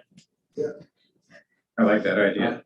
Well, and that would be important if there's when we do seek and find someone for the RFP, the actual building of the master plan, I think that's gonna be an important part to also be a part of. Yeah, in part of the RFP, one of the changes we'd like to make is be very clear on what the city's expectations are for community engagement events, as well as meetings with the Planning Commission, the Parks Commission, and the City Council. So we want to be very clear, and not that we weren't clear in the previous RFP, but I think we could be more clear about our expectations of how many times you need to meet and what those meetings are going to entail. Yeah, I certainly endorse the mayor's idea of fire council, because that gives us further accountability and openness, and I appreciate that so much. We work together with the individuals from the community and the Parks Commission as well. Matt, on your relatively poor RFP return, how much of that would you consider was affected by personnel and this virus that's wandering around and people not having workers to do the job? I honestly don't think very much. The firms that I'm familiar with are more busy now than ever. And so it's not a matter of not having the employees, it's a matter of having too much work. Okay.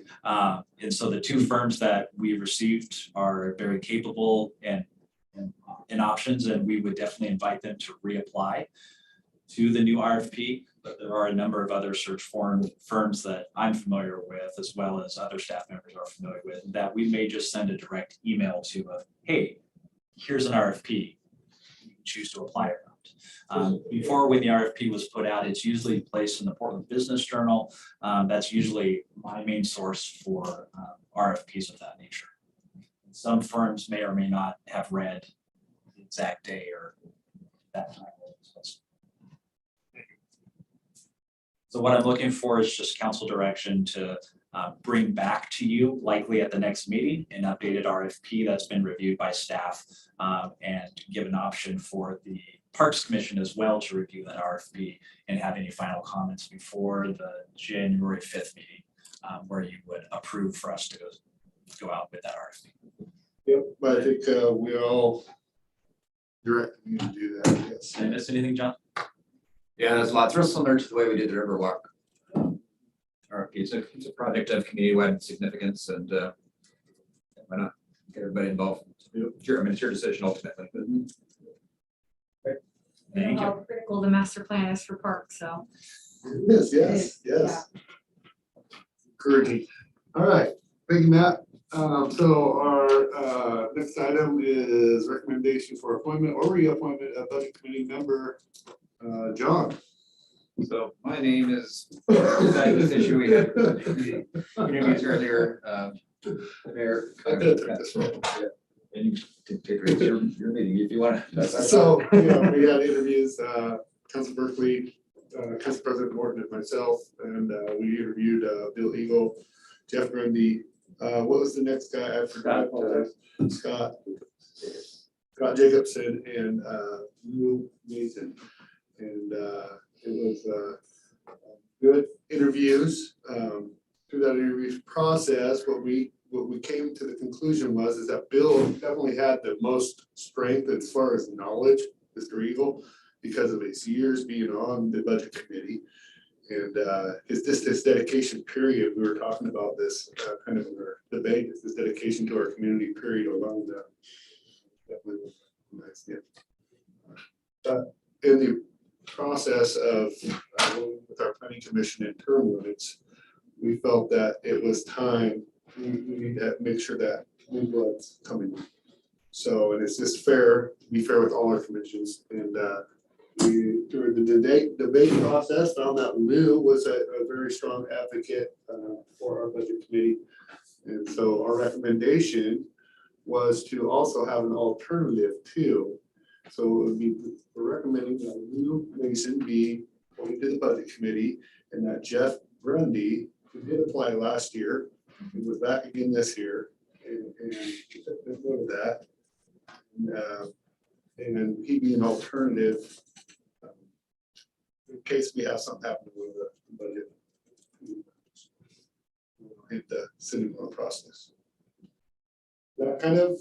Yeah, and that notion of having term limits for boards and commissions is vested in a resolution that talks about having 2 cycles and then taking a look at whether it can go out or not, or if it's anybody running, yeah. And then go through this process, and we have, and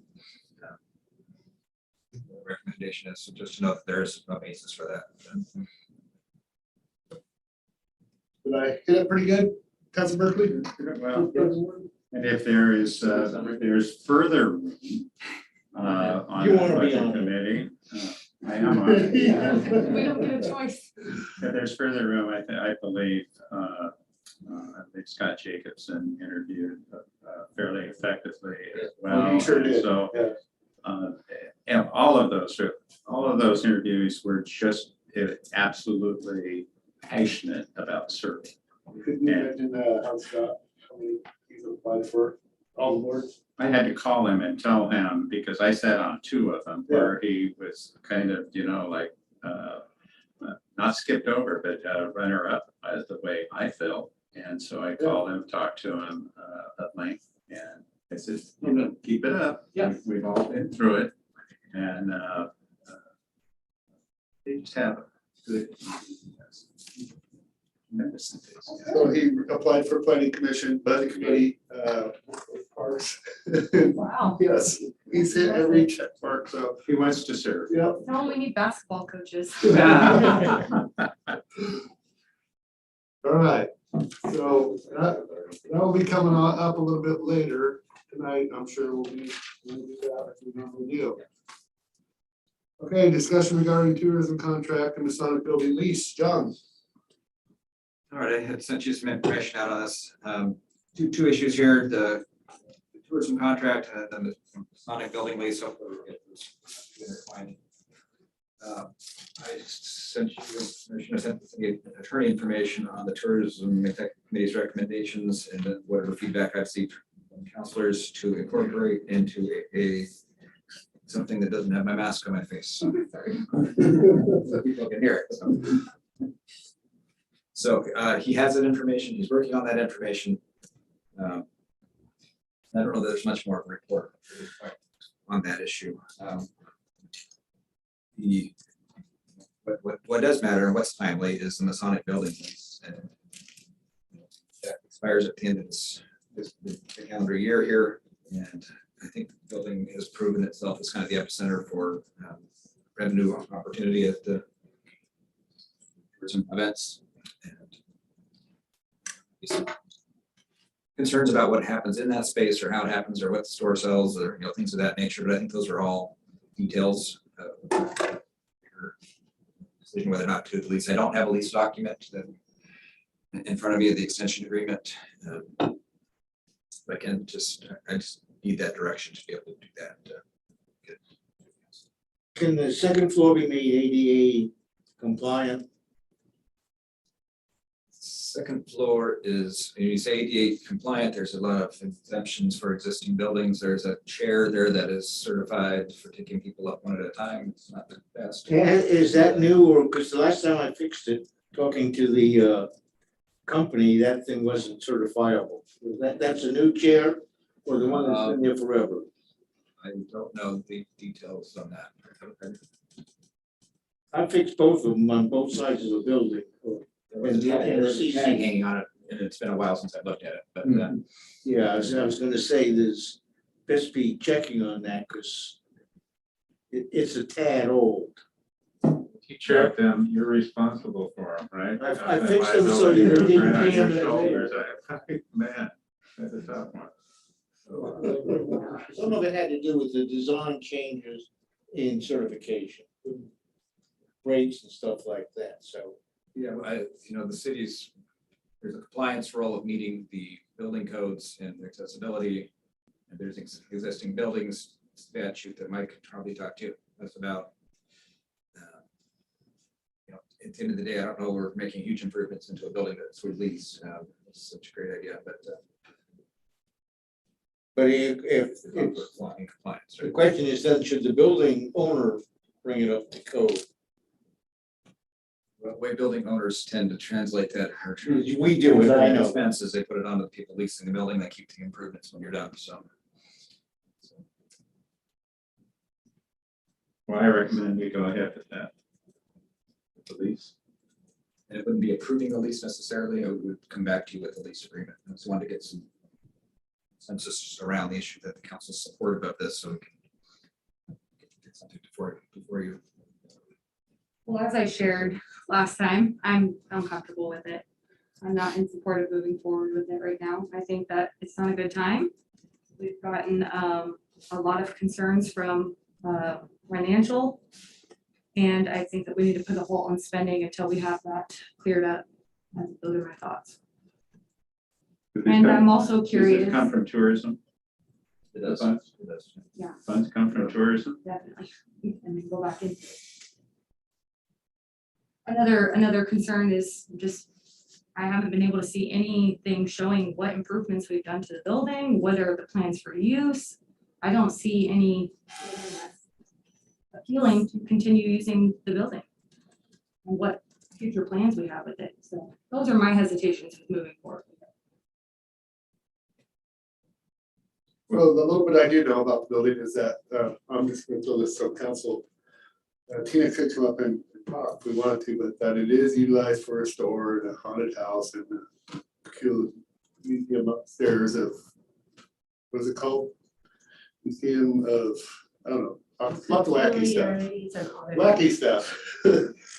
Anyhow, that it does generate enough revenue, more than enough revenue to cover the cost of the lease and then some. And then, was that financials of tourism not distributed to the entire council?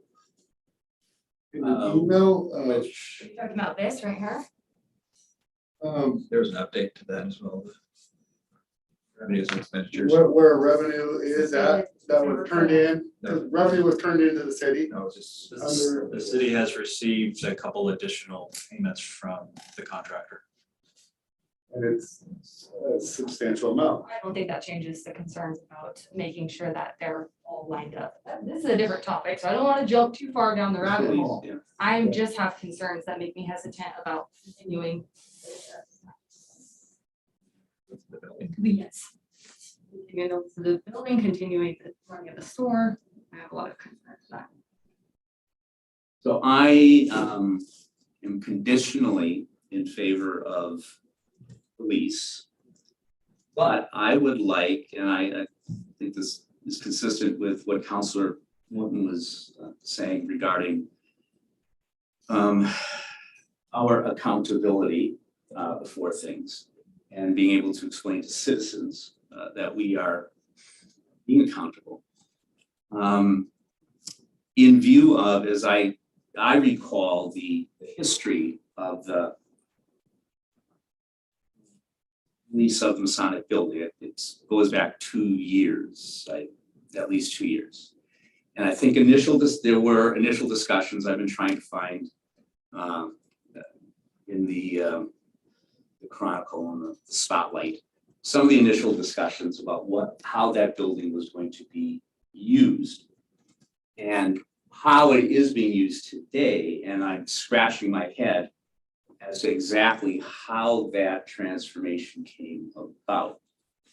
Just in terms of what were the mechanisms, how was city administration involved in setting that direction? And so that if we were to continue the lease, I would think, and I don't know if this would come up in the contract, I don't want to discuss the contract right now, but what is the mechanism that, especially if this is a city store, which I still do not believe we should be in competition with other stores. If we are, what is that building? Is the museum upstairs, is that space better used for perhaps, I'm just throwing it out, I don't know, Main Street offices?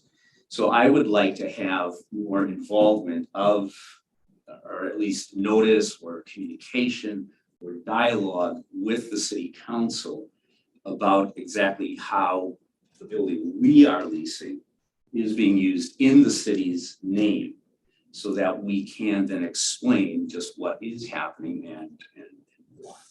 So I'm conditionally in favor of that with going forward, but with the hope that we would have a greater say or a mechanism, not the council necessarily, but maybe we continue the executive committee, the tourism committee, to vet and approve these things. So that's where I. Does the ORS allow, this would be a question for John, that does the ORS allow tourism monies to be, since tourism is purchasing this lease, does it allow for other uses such as Main Street, this, like you're suggesting, be funded by tourism? Or is that tourism money specifically for tourism? So that's a question I have. And I appreciate that. That is kind of information and clarity we need in order to. I know that originally the council had to speak on, and off my cuff, and you pull me to whatever, because we do get accountable for what we say in these meetings. But our initial thought was, yes, we need a site for tourism. And at that point in time, we did choose to lease that building, and we had hopes and visions for other things to happen there that didn't come to fruition. And what has happened, what has evolved, is that we have a branding which is Halloween Town, that the store is specific to that Halloween town. And I understand that maybe we compete a tiny bit, but the branding itself belongs to the city with that Halloween Town. So it kind of is a double edge. You're right. The city and the tourism, when we have to try to shift this, is it just tourism? Because the tourism is paying for that. It has come out of the tourism dollars. We just have the say at that point in time, and still continue to have the say to micromanage tourism. And the funding has been, I guess why I brought up my initial report with you guys was the funding. The building is paying for itself through the haunted house and to the store and the museum upstairs. It's definitely paying for itself twofold. And that funds other events, which could be recognized even further growth for our citizens and our guests to incorporate various things. You know, and I'll just speak on it because it's always been a hot topic. Maybe tourism just takes over and pays for 4th of July. And pays for it. Okay? And we stepped up, yeah, we all been advertising in nonprofit. Have we been provided with an audit of the store? That would be, again, the contract, that's the breakdown in between a contract with a third party. And that's what we're going to look at here real shortly. And we are going through that process and nobody's objecting that, but we are actually up against the wall on a lease. Yeah, so, Right now, right. so to speak. That's all I'm trying to speak of. Unconditionally, I I mean, have I no know. skin in the game other than it does a lot in our community. And it's a way of generating revenue for even, not just the store, for future other events to come. So Patrick, I didn't mean to squelch, your idea about, involving Main Street into, that facility somewhere, somehow. I did think that rationally that could happen.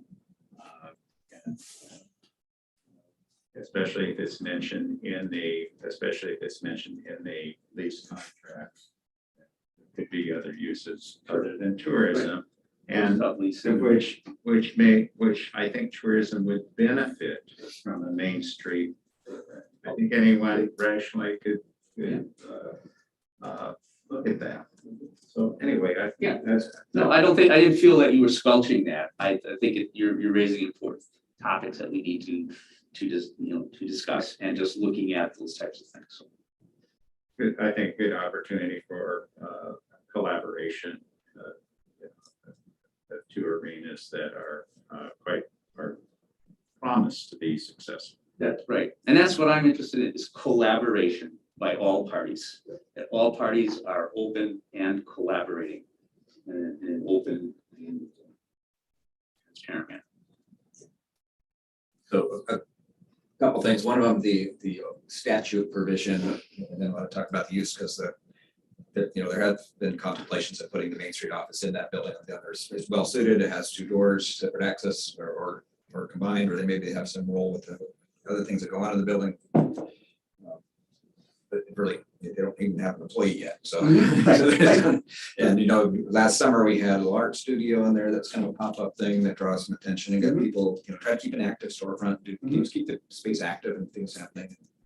That's one thing. But the statute limitation is that hotel revenues, which is becoming a smaller, our hotel revenues due to, I think probably due to COVID, have actually gotten less over the years because of mostly because of Motel 6 and their kind of conversion to longer stay units that are exempt. Offsetting that is the limited islands, that the Sand Island campground, it also pays the city a portion of their fees, but campground space is a lot less than a hotel room, so the revenues less. When we collect those tourism dollars or hotel TLT dollars, those portion of those have to go to directly back into marketing, eventually marketing, tourism related expense. So the organization, 30%, we don't keep 30%, we allocate 10% of the fund.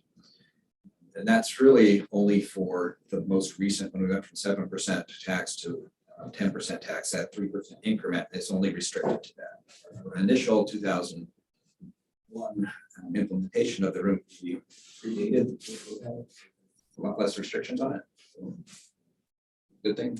We have a little more latitude and flexibility. We're not just faced with the problem a lot of communities are having, that hits like Seaside and others in Lincoln City that want to fix their roads and streets and things that can't. They have to spend it on marketing, which it just doesn't get more people coming and causes more of a problem. The building revenues in the store come through a square minus whatever cash sales are there. So if we have those go directly into a city account, and Matt could probably give a number for that. I think it's 60-some thousand gross. We haven't seen anything about the expense side of that equation and any kind of an audit or accounting there, which is we'll probably do. Kind of outside the issue. I mean, if you look at it from a gross issue, the lease gets a really high rate of return on our lease.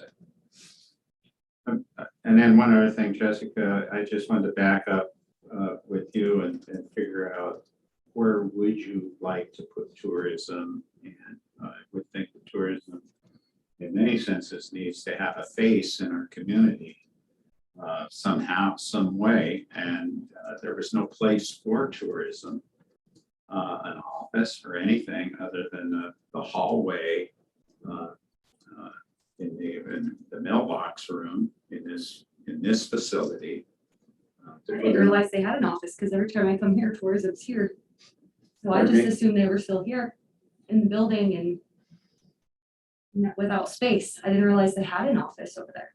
So there is an office in that. It was, There was, yes. and it probably left before you got here, but Right now, the there's the no. back way upstairs in the mailroom was the office. Okay.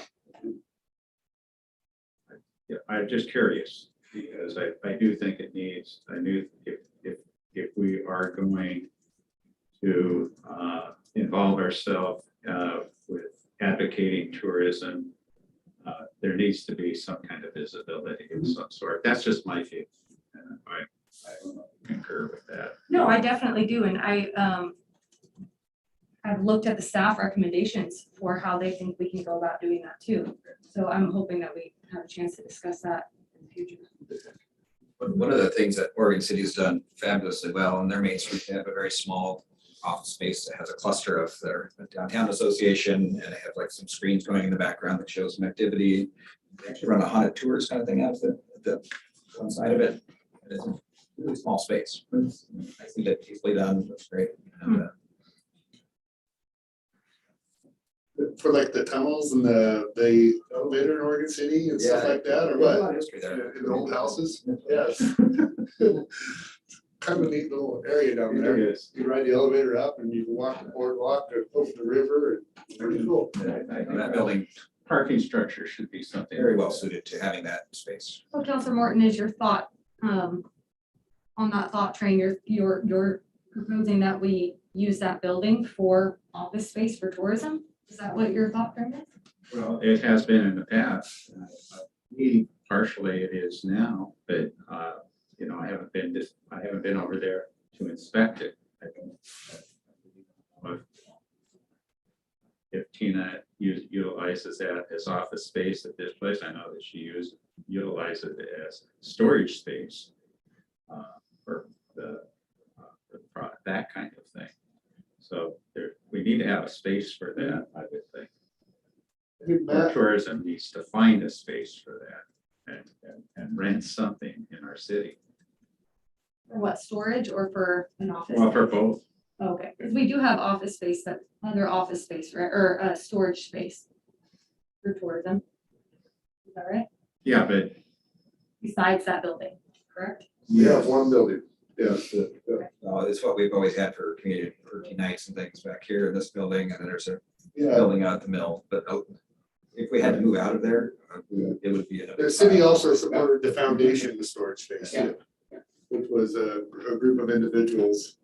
Bob Felsner being the last individual who, and he brought it to us and said, here you guys go, it's a little bit in debt. And it was one man cannot do this job. Thank you very much. And that's just the history of, it's been very difficult, you know. The city already had a little bit of tourism going on with Halloween Town, adopted the fireworks, which was part of the foundation too. Well, Kind of, 13 nights was the foundation. yes. And we could have there's a reason why fireworks, you're not getting a lot of people taking you up on that offer. So we could go back and look at the financials from the foundation, and I could show you what happened the year they took the fireworks. So yeah. So it could have cost so much, and yes, it costs a lot. It's a lot of work to do the fireworks show. Yeah, but Once upon a time in the fireworks world, the city owned the mortars that used to, I guess it was quite a game getting them planted over the island was almost more fun with fireworks. But I think they still exist someplace here in town. And that goes back before you. And of course, then there's the rule change because of 13. Fire department started it, ran it for years, it was Yeah, always, but it there's was a- always on the island. The actual mortars, somebody has here in town, the whole set of those. Oh, no, that's correct. The actual nonprofit did have orders and it got turned over when the foundation took it over and we don't know where those are at. No. Yes, they're polyurethane too, so they're very expensive. My question to Matt was, gonna be this, was to ask, what did we get from hotel tax last year? $78,000. $78,000. And, Well, I'm sorry, $78,000 was what we have received this fiscal year to date. and other than we had to adjust over some things that were out of our control, we've adjusted tourism, but this year we have not adjusted anything and projected, we have profits, which is correct. There is money in your coffers that you currently have that shows it being 78, there's some in there. In addition to the $78,000, currently the revenue exceeds the current expenses. The current expenses, yes. The one question I have is, Matt, can you, I'm sorry. go on, finish up. I just I'll get wanted the to clarify what you just said. Do you have figures for that? It currently covers by how much?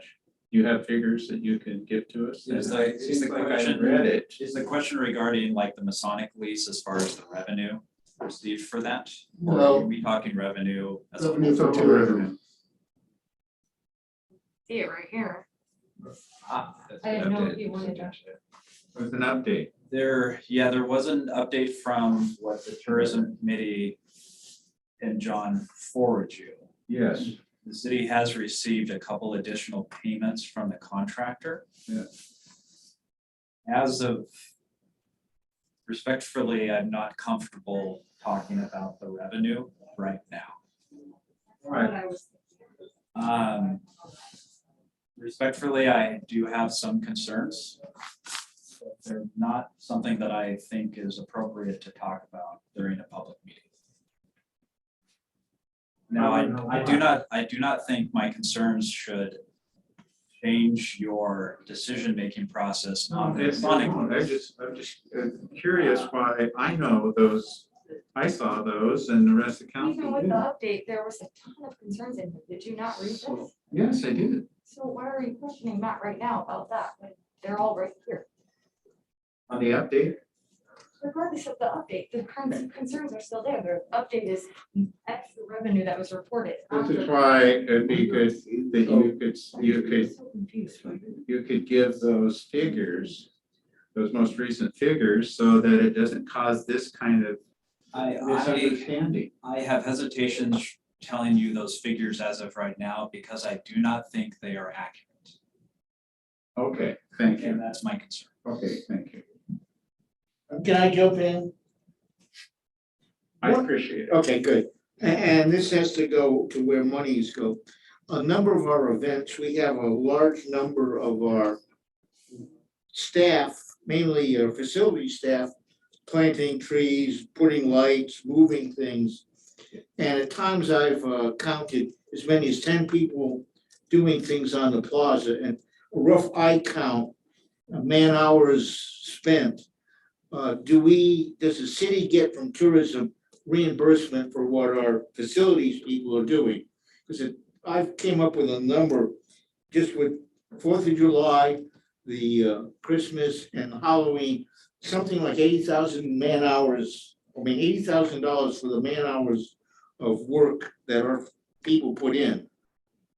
I know that Mohammed has been tracking that. We have not projected the actual hours into, and you're correct. You're correct in that 100%. What we also have is sometimes we have a city employee who gets talked about other city business being in the proximity of, so, and I know those numbers actually, you have a pretty close tally, correct? I have run the numbers for every single event up to until Halloween towns for equipment. We are doing that. We are doing that. Because one of the things that seems strange and sneaks up on you, we have signs that say parking and there's a sign. And at the end of the day, somebody takes it down. the man hour, excuse me, the man hours to put that sign up, if I had to hire a contractors from when he leaves the barn, gets to the sign, puts it up, and then when he comes back. So a 5-minute change of sign is actually an hour from barn to sign. So that's, from a business point of view, we could be spending a lot of money that we're not being reimbursed, but we don't keep track of it. Now that we're keeping track of it, I wanna see the numbers. Sure, and this discussion always comes up, and we are actually just talking about the Masonic. It's at the So, lease right now. Yeah, so we're getting kind of sidetracked, and in the essence of time, when we have a really encouraging, good news meeting at 5 o'clock. That's if we could, Yeah. I think Doug kind of made, I'm not pushing that, but I did hear him make kind of A a. recommendation. Yes, a recommendation. Just give this. So to give direction to John to pursue a lease. Yes. And I nod my head Okay. to that with Okay, and you're, okay, Councilor Topaz? Recommendation, To continue the rent, yeah. Okay. yes. And, okay, go ahead. Yes, you got forehead nods. Okay. Yes. um, So, now we're gonna go on to, or let's take our 5-minute break, or do we have anything for? We do have executive session. So we're gonna take a 10-minute break now. Okay, we'll come to our city administrator's report.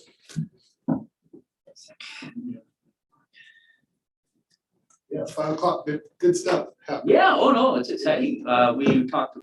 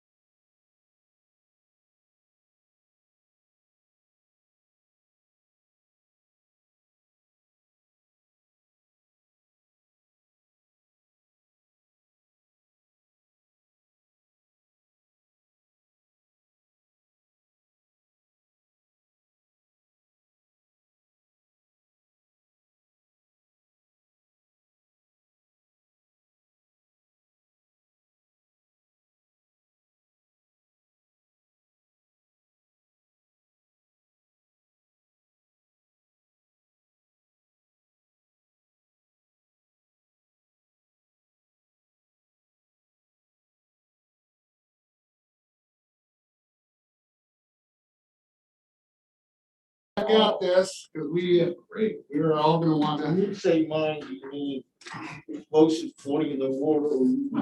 Okay, Moving material around. we're back from our recess, time is 3:14, and we'll go ahead with our next item on the agenda, which is the city administrator report. John.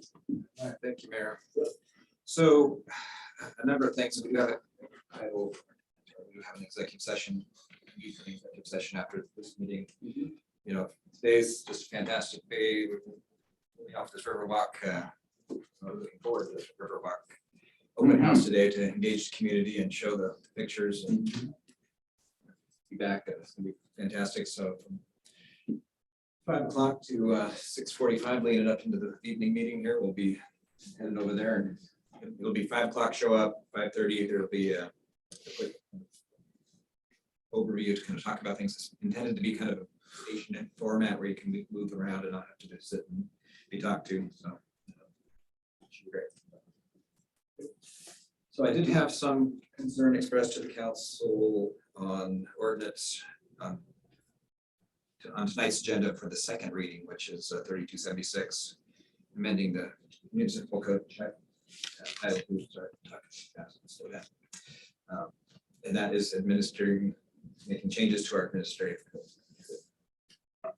Has reached out to me, said he had some concerns, needed more time. And reach out to me as well. And there's really no rush with this, other than we want to be strategic on how it's already had a first reading. We don't want it to just disappear into the future and not have a second reading. Once having it, usually these things happen fairly together, so I want to. And that's why it's on there. Address any concerns that you all might have, and need to make changes and go back and do revisions, and we will. I think it'd be a good idea to carry that in, send it to the next meeting. Kathy and I talked about that. That's what Kathy reached out to me and said that's what we'll be on there, but because of the essence of the final reading, that we need to also date when the final reading would be as well. So we need to make that decision. And I would think the next council meeting is 3 weeks away. I think there'll be more than enough time to have your questions answered. It just, I mean, I have personally have reviewed it a little bit in here, but I've had a lot of things going on, have not had the time to review it like I want to, and Councilor Lopez had some concerns. I didn't know enough about it. I agree with him, and John says, you know, that this is the process, absolutely. I mean, that's what we, you know, but in the essence of having an ordinance with a first reading, this is the way we have to go about it. And so we'll have to, when it comes up tonight, we'll have to postpone it and go through that process. So that's why it's still on there. We can't, you know, it could be put on hold, but I think the January 5th meeting gives us 3 weeks exactly. Like I said, if there's changes that need to happen, we can work through those. We just don't want it to, we haven't had an update for a lot of years. Some of them are pretty substantial updates, and they're, you know, mostly The one problem about the 3 weeks is with Christmas, and there's a lot happening. But we've had 2 weeks prior. I mean, so 5. But with Thanksgiving and, you know, trying to read all that stuff is, it's been jammed. Yeah, I think I was thinking, postponing is kind of, because I maybe had a clarification question too about coming to the election. The nominations and the elections, just making sure we were clear on that what the change is that we would be eliminating positions. And that, so then the process would be that, let's say there's 2 positions, there's still 2 council seats open, not by position. We have 5 people running.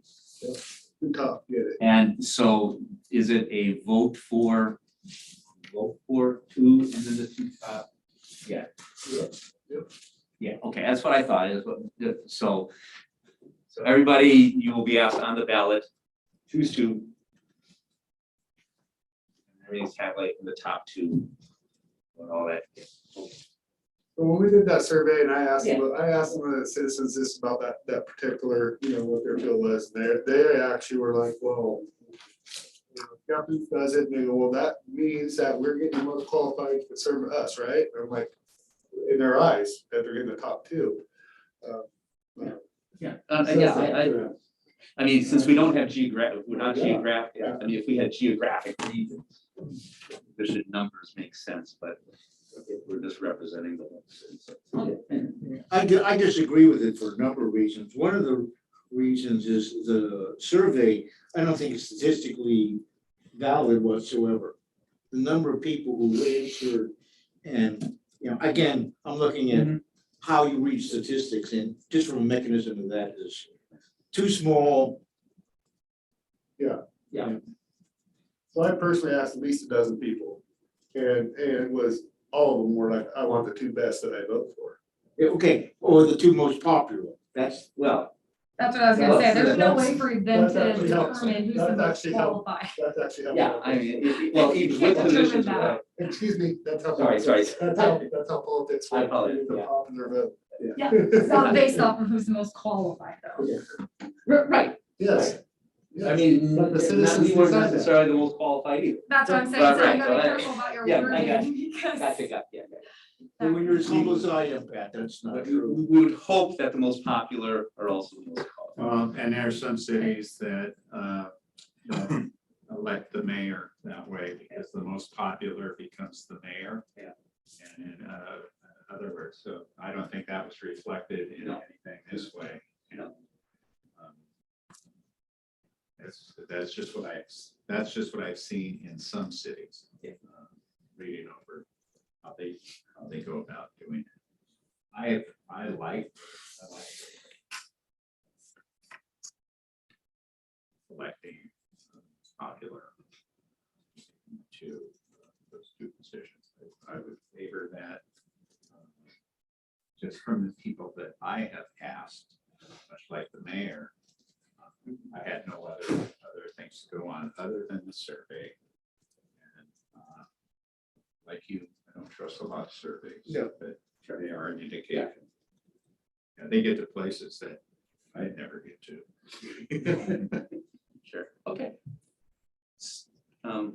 So, but basically, what I hear you talking about is this, we need to put this on a pause, delayed final reading is what actually, the way somebody should announce it tonight.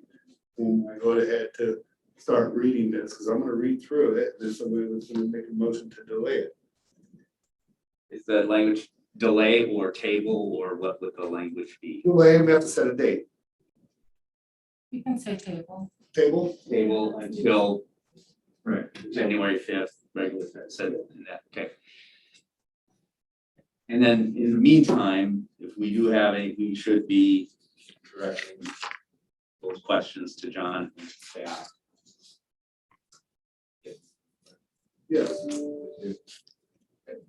So I'll also, somewhat related to council concerns, as you commercially brought a concern about conflict between our council rules and the meeting calendar.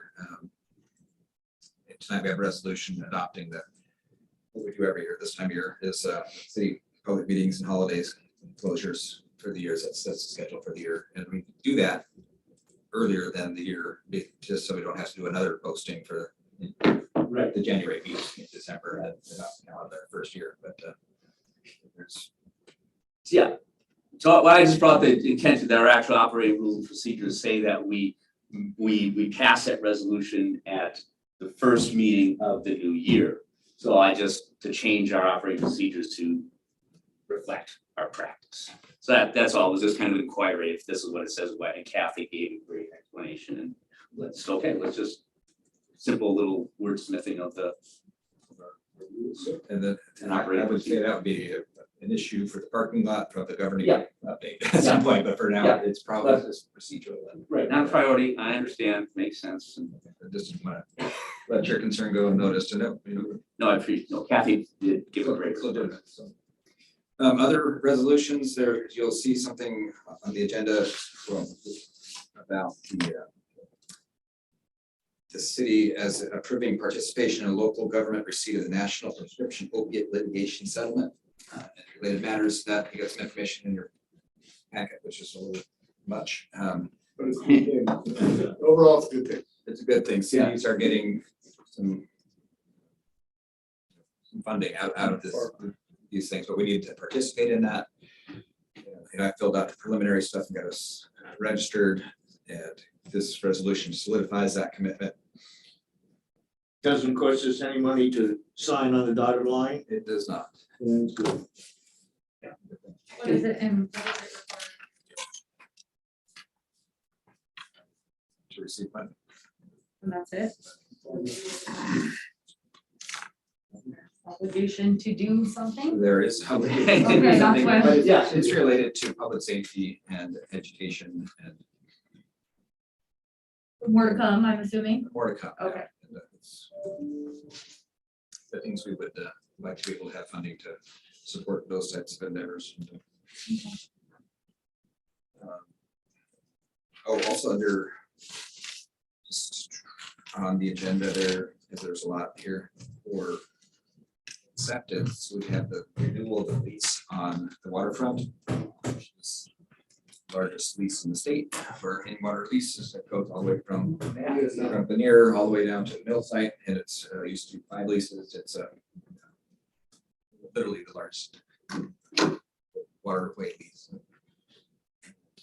It's your acceptance. It's a procedural thing that happens, and I just want to make you aware of it. That we're How come one of those plots is the pointed end on it? Everything else is rectangular except one is the pointed end. Indeed, it does. I think it may have to do with the intake or that the property line at the end of the property where it goes out in the water, it meets up with the property. That's what it looks like. It seems to make no sense. I mean, it's. I have to log back in. So.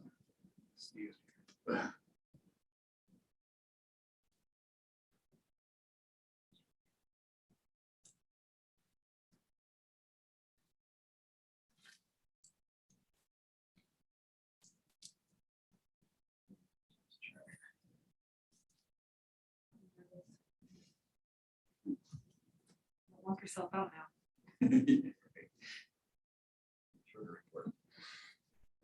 Okay,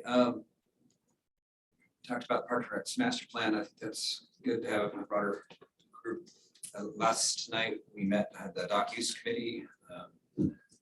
Just a fantastic meeting. I felt in the way, but Councilor Topaz, here and Mayor Scholl were there, and it was a pretty diverse group of stakeholders. They all on different opinions about the problems, and we had prosecutors there, members of the voting community were there, police on the enforcement side were there.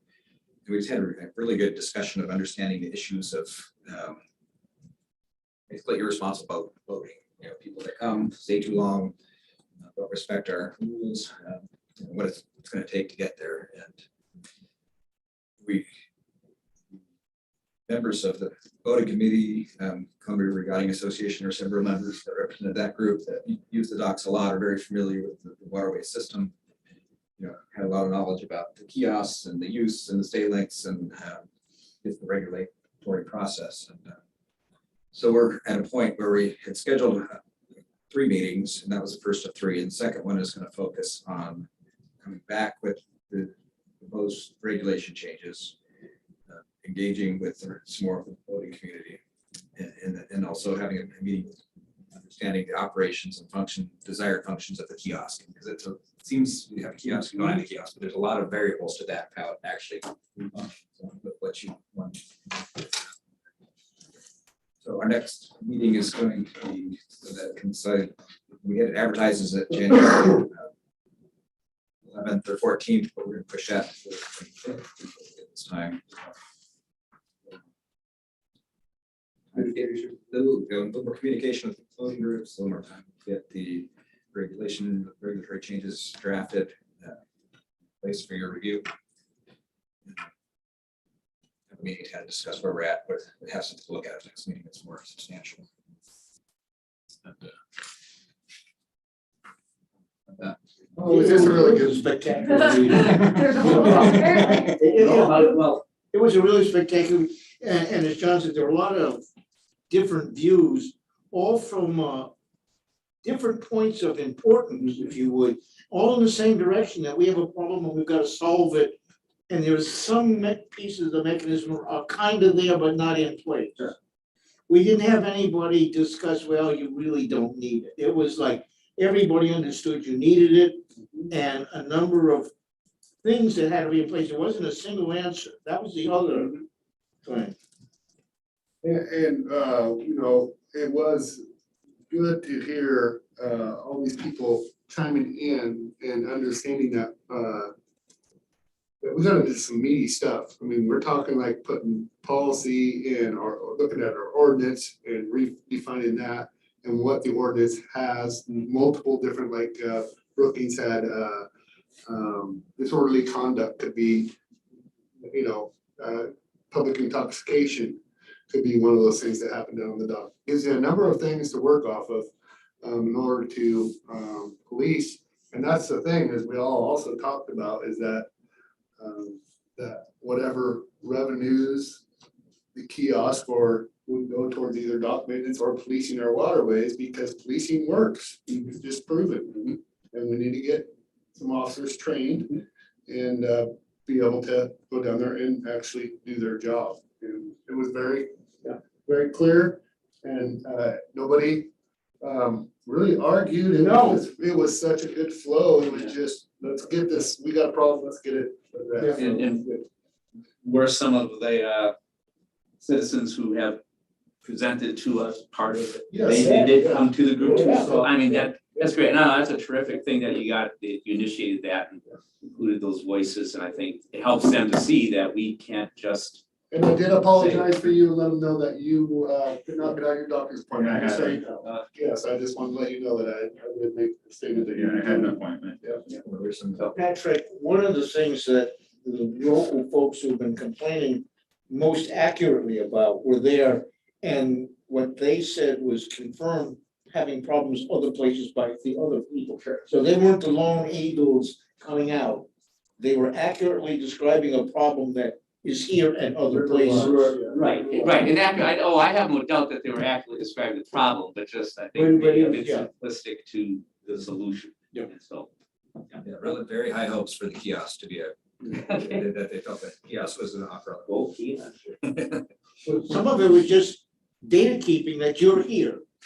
It seems so simple. But legally, it has a huge amount of power and ramifications.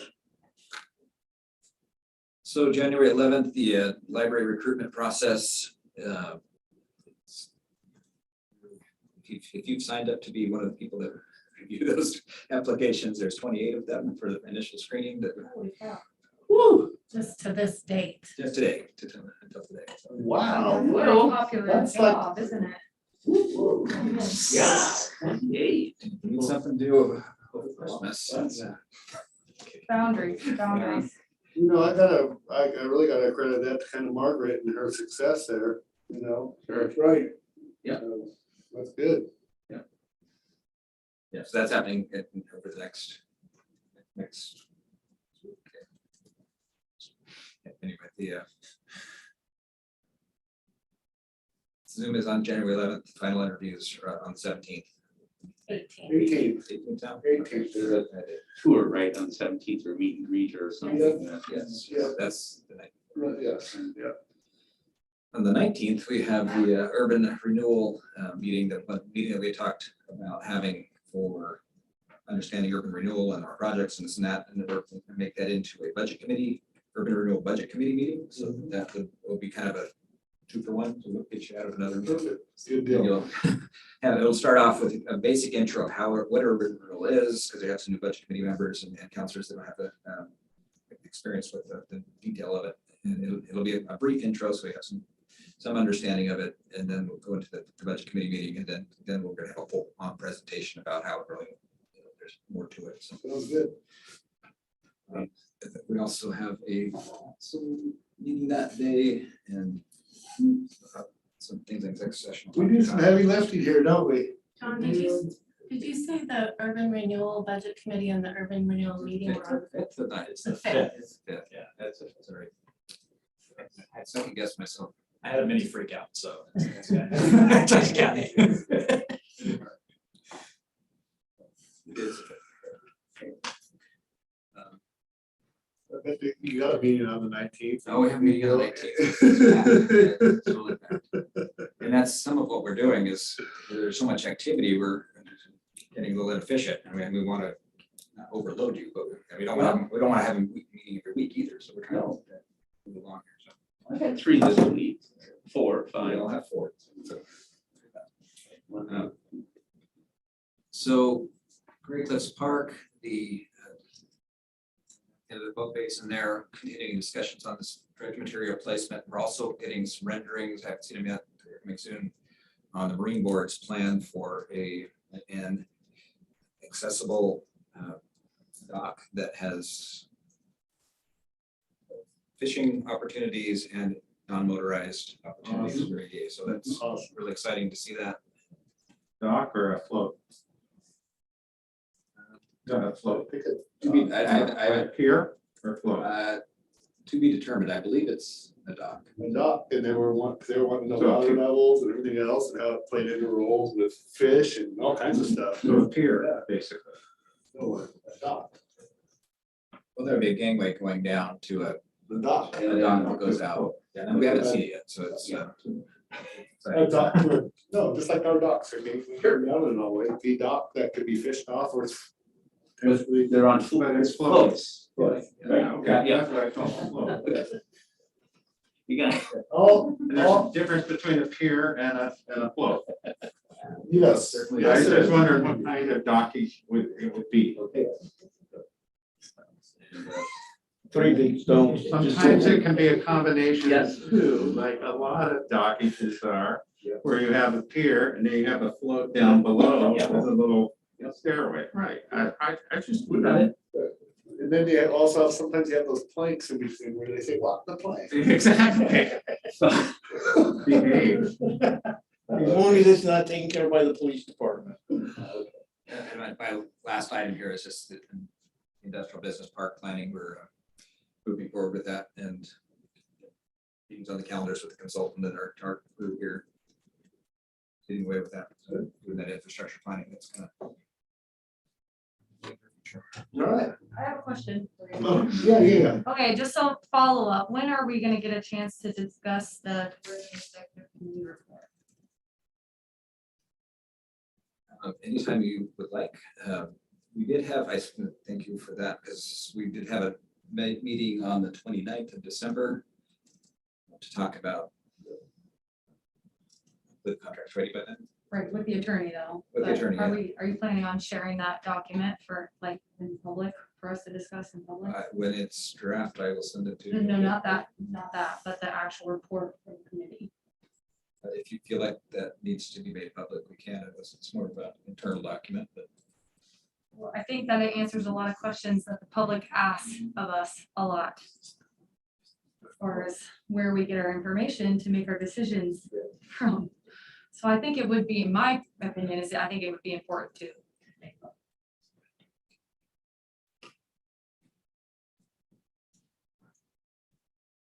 yeah, I'm indifferent. I mean, if council wants to do it, that's. I don't need more information. No, the question is, would you like to have the tourism executive committee made public? Document made report. public. So for discussion. But if we're I gonna think if discuss you it, I don't, think people need to see I what we're mean, people talking about. are iffy on us on anything we say about tourism. If they're here, it makes a mess of trying to get it through, so you got 2 sides of that one. I think if it was a closed session, it would be better to get the business done. But if you close it, the people outside, you're saying you're sneaking stuff behind their back. That's been the problem, is I feel like we get targeted for Either way, supplying our evidence for the reason why we have our feelings and thoughts about things. So this is something I feel like, can help make a decision about how we're gonna move forward with things with tourism. Yeah, It's an important part of the. The intent and purpose of the work was to come up with a contract that works, that meets the legal requirements of contractor or relationship. And then what we want to see out of it. yes. Well, and possibly yeah. change our Once the business council model. And has- or- change the business, yeah, change the business model. But that's a huge part of why we might change the business model, right? There's some of these issues. And that's my thought. Isn't there recommendations in that report? Yeah. Yeah, those recommendations, are we talking about the recommendations or because the recommendations were different than some of the findings? Some of the findings on that, I went through those and those, I think that's what Jessica's looking at. I value the findings because that discussion has already been made by the staff and mulled over, I would think, to make the recommendation. I'm interested in recommendations. I don't want to go back over and mull over things that have already been mulled over by the committee. Does that make sense? Committee did their work, and out of that committee work comes recommendations. That's what I want to see. I want to go back and say, hey, we're wrong. So I just, I'm gonna call time out just for a second and just try to reel it back in that we are making progress on this tourism stuff. I don't, again, as important as it is, we have a river walk presentation going on. We have so much work to do and stuff. I personally, this seems like it continues to come up in the spotlight. And we continue to drag it out and try to, and we do have a recommendation from staff that we can look at. And we can move forward with our 29th meeting in December that I don't see, and I'm not trying to disrespect you in any way. Please don't take this the wrong way. Well, I don't think it's being dragged out. I think I'm doing my due So- diligence to so- see something so- through, and these so- are issues that have been brought to our Can I attention. finish? Can I finish? Because I have the table. I'm not trying to disrespect you in any way, that we are going to be addressing these issues on the 29th. And all of a sudden you're wanting to make it a whole nother topic of discussion. And this tourism has come to this council enough. And we've all seen it, and we're moving forward in a good direction, and we have a recommendation. We can do this. We don't need to make a whole nother separate agenda item out of this. What Is my take on it, and you guys sit in on the same meetings I do. But I don't come up with a recommendations agreement as you do, because I have a different opinion. No, That's what I wanna we hash asked- out. We actually asked as a council for staff recommendation. I That's all we know. asked for, I don't, we asked them, we don't have Yeah, we got to it. accept them. and we got it. We don't have to accept them.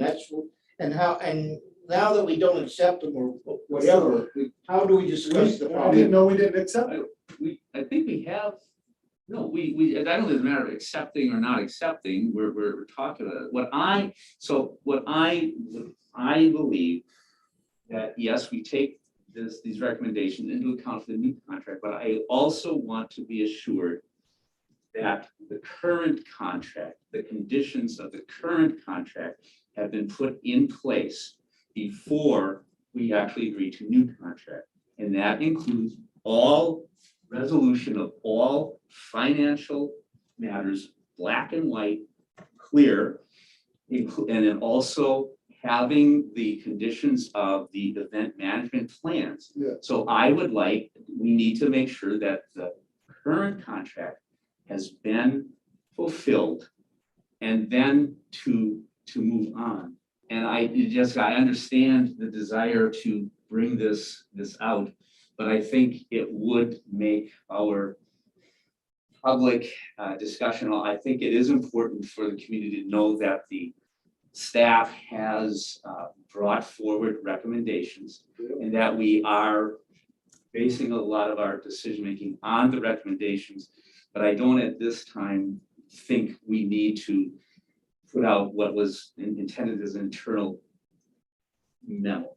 I think we can achieve your desire for accountability and for both for what is the current contract and for the future contract. I believe we can achieve that without necessarily making that.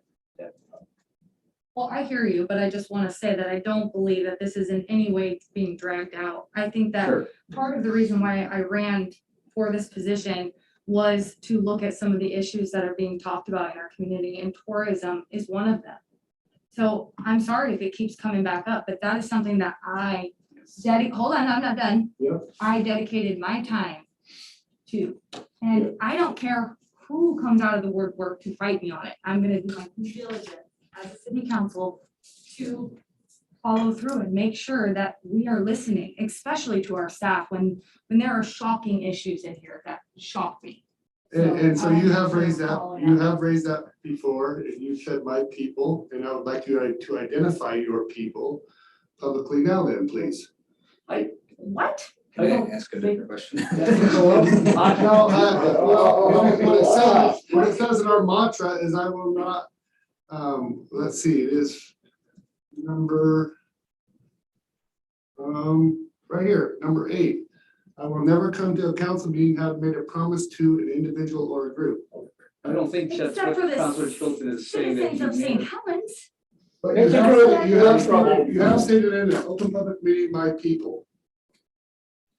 You know, the same people that you Well, talked to I'm about asking the you survey? to identify as your people. And you told Council President Morton that you knock on doors and that he needs to go knock on doors to get the same people in. So Oh, okay, let's play this, let's play the other So shoe, many Rick. things I could You go talked with about right the now. people you It's very talked to unethical. on something and they Unethical. gave you I an wanted to opinion. say that, and that should be I'll on public record, keep but it that's to unethical. citizens.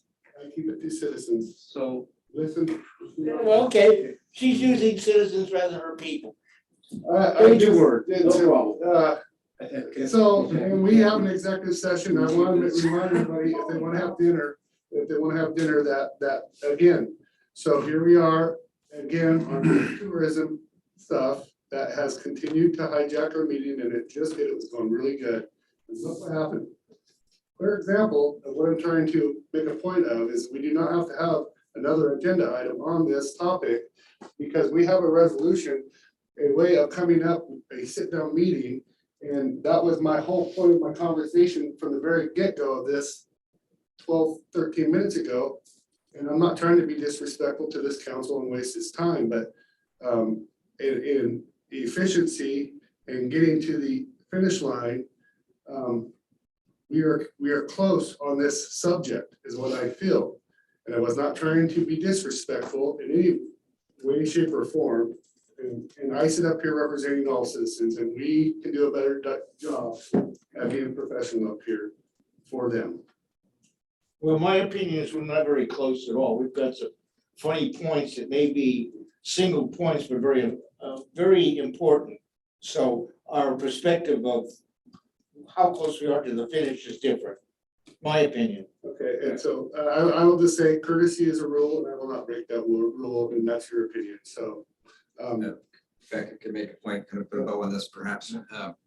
Councilor Berkeley makes a fantastic point that there is definitely some closeout issues with the current, what we got going on here. And a lot of those concerns are raised in the memo.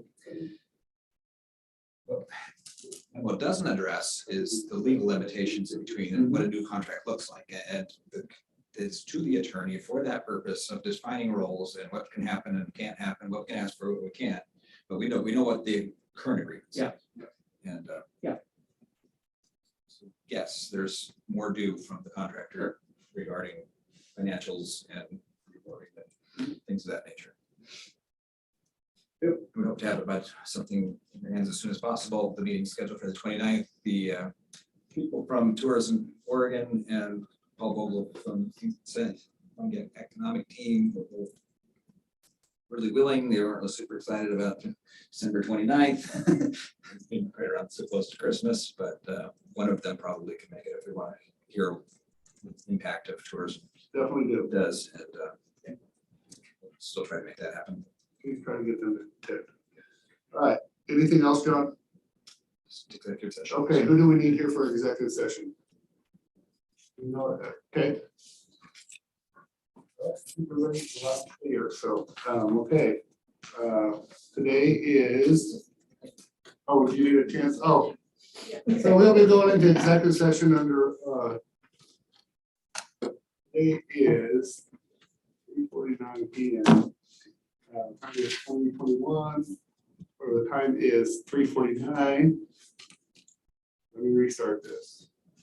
All right, today is December 15th, 2021. The time is 3:50 PM. We are now in executive session.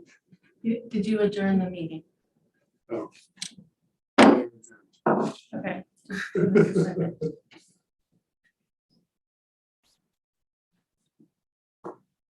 Just trying to get to that 5 o'clock. I want to go see this beautiful presentation that we're gonna have and what they've come up with.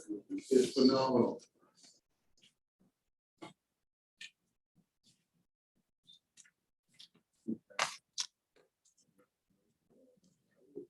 No, Rec Center. well, Portland, the, yeah, Portland. Rec Center, yeah.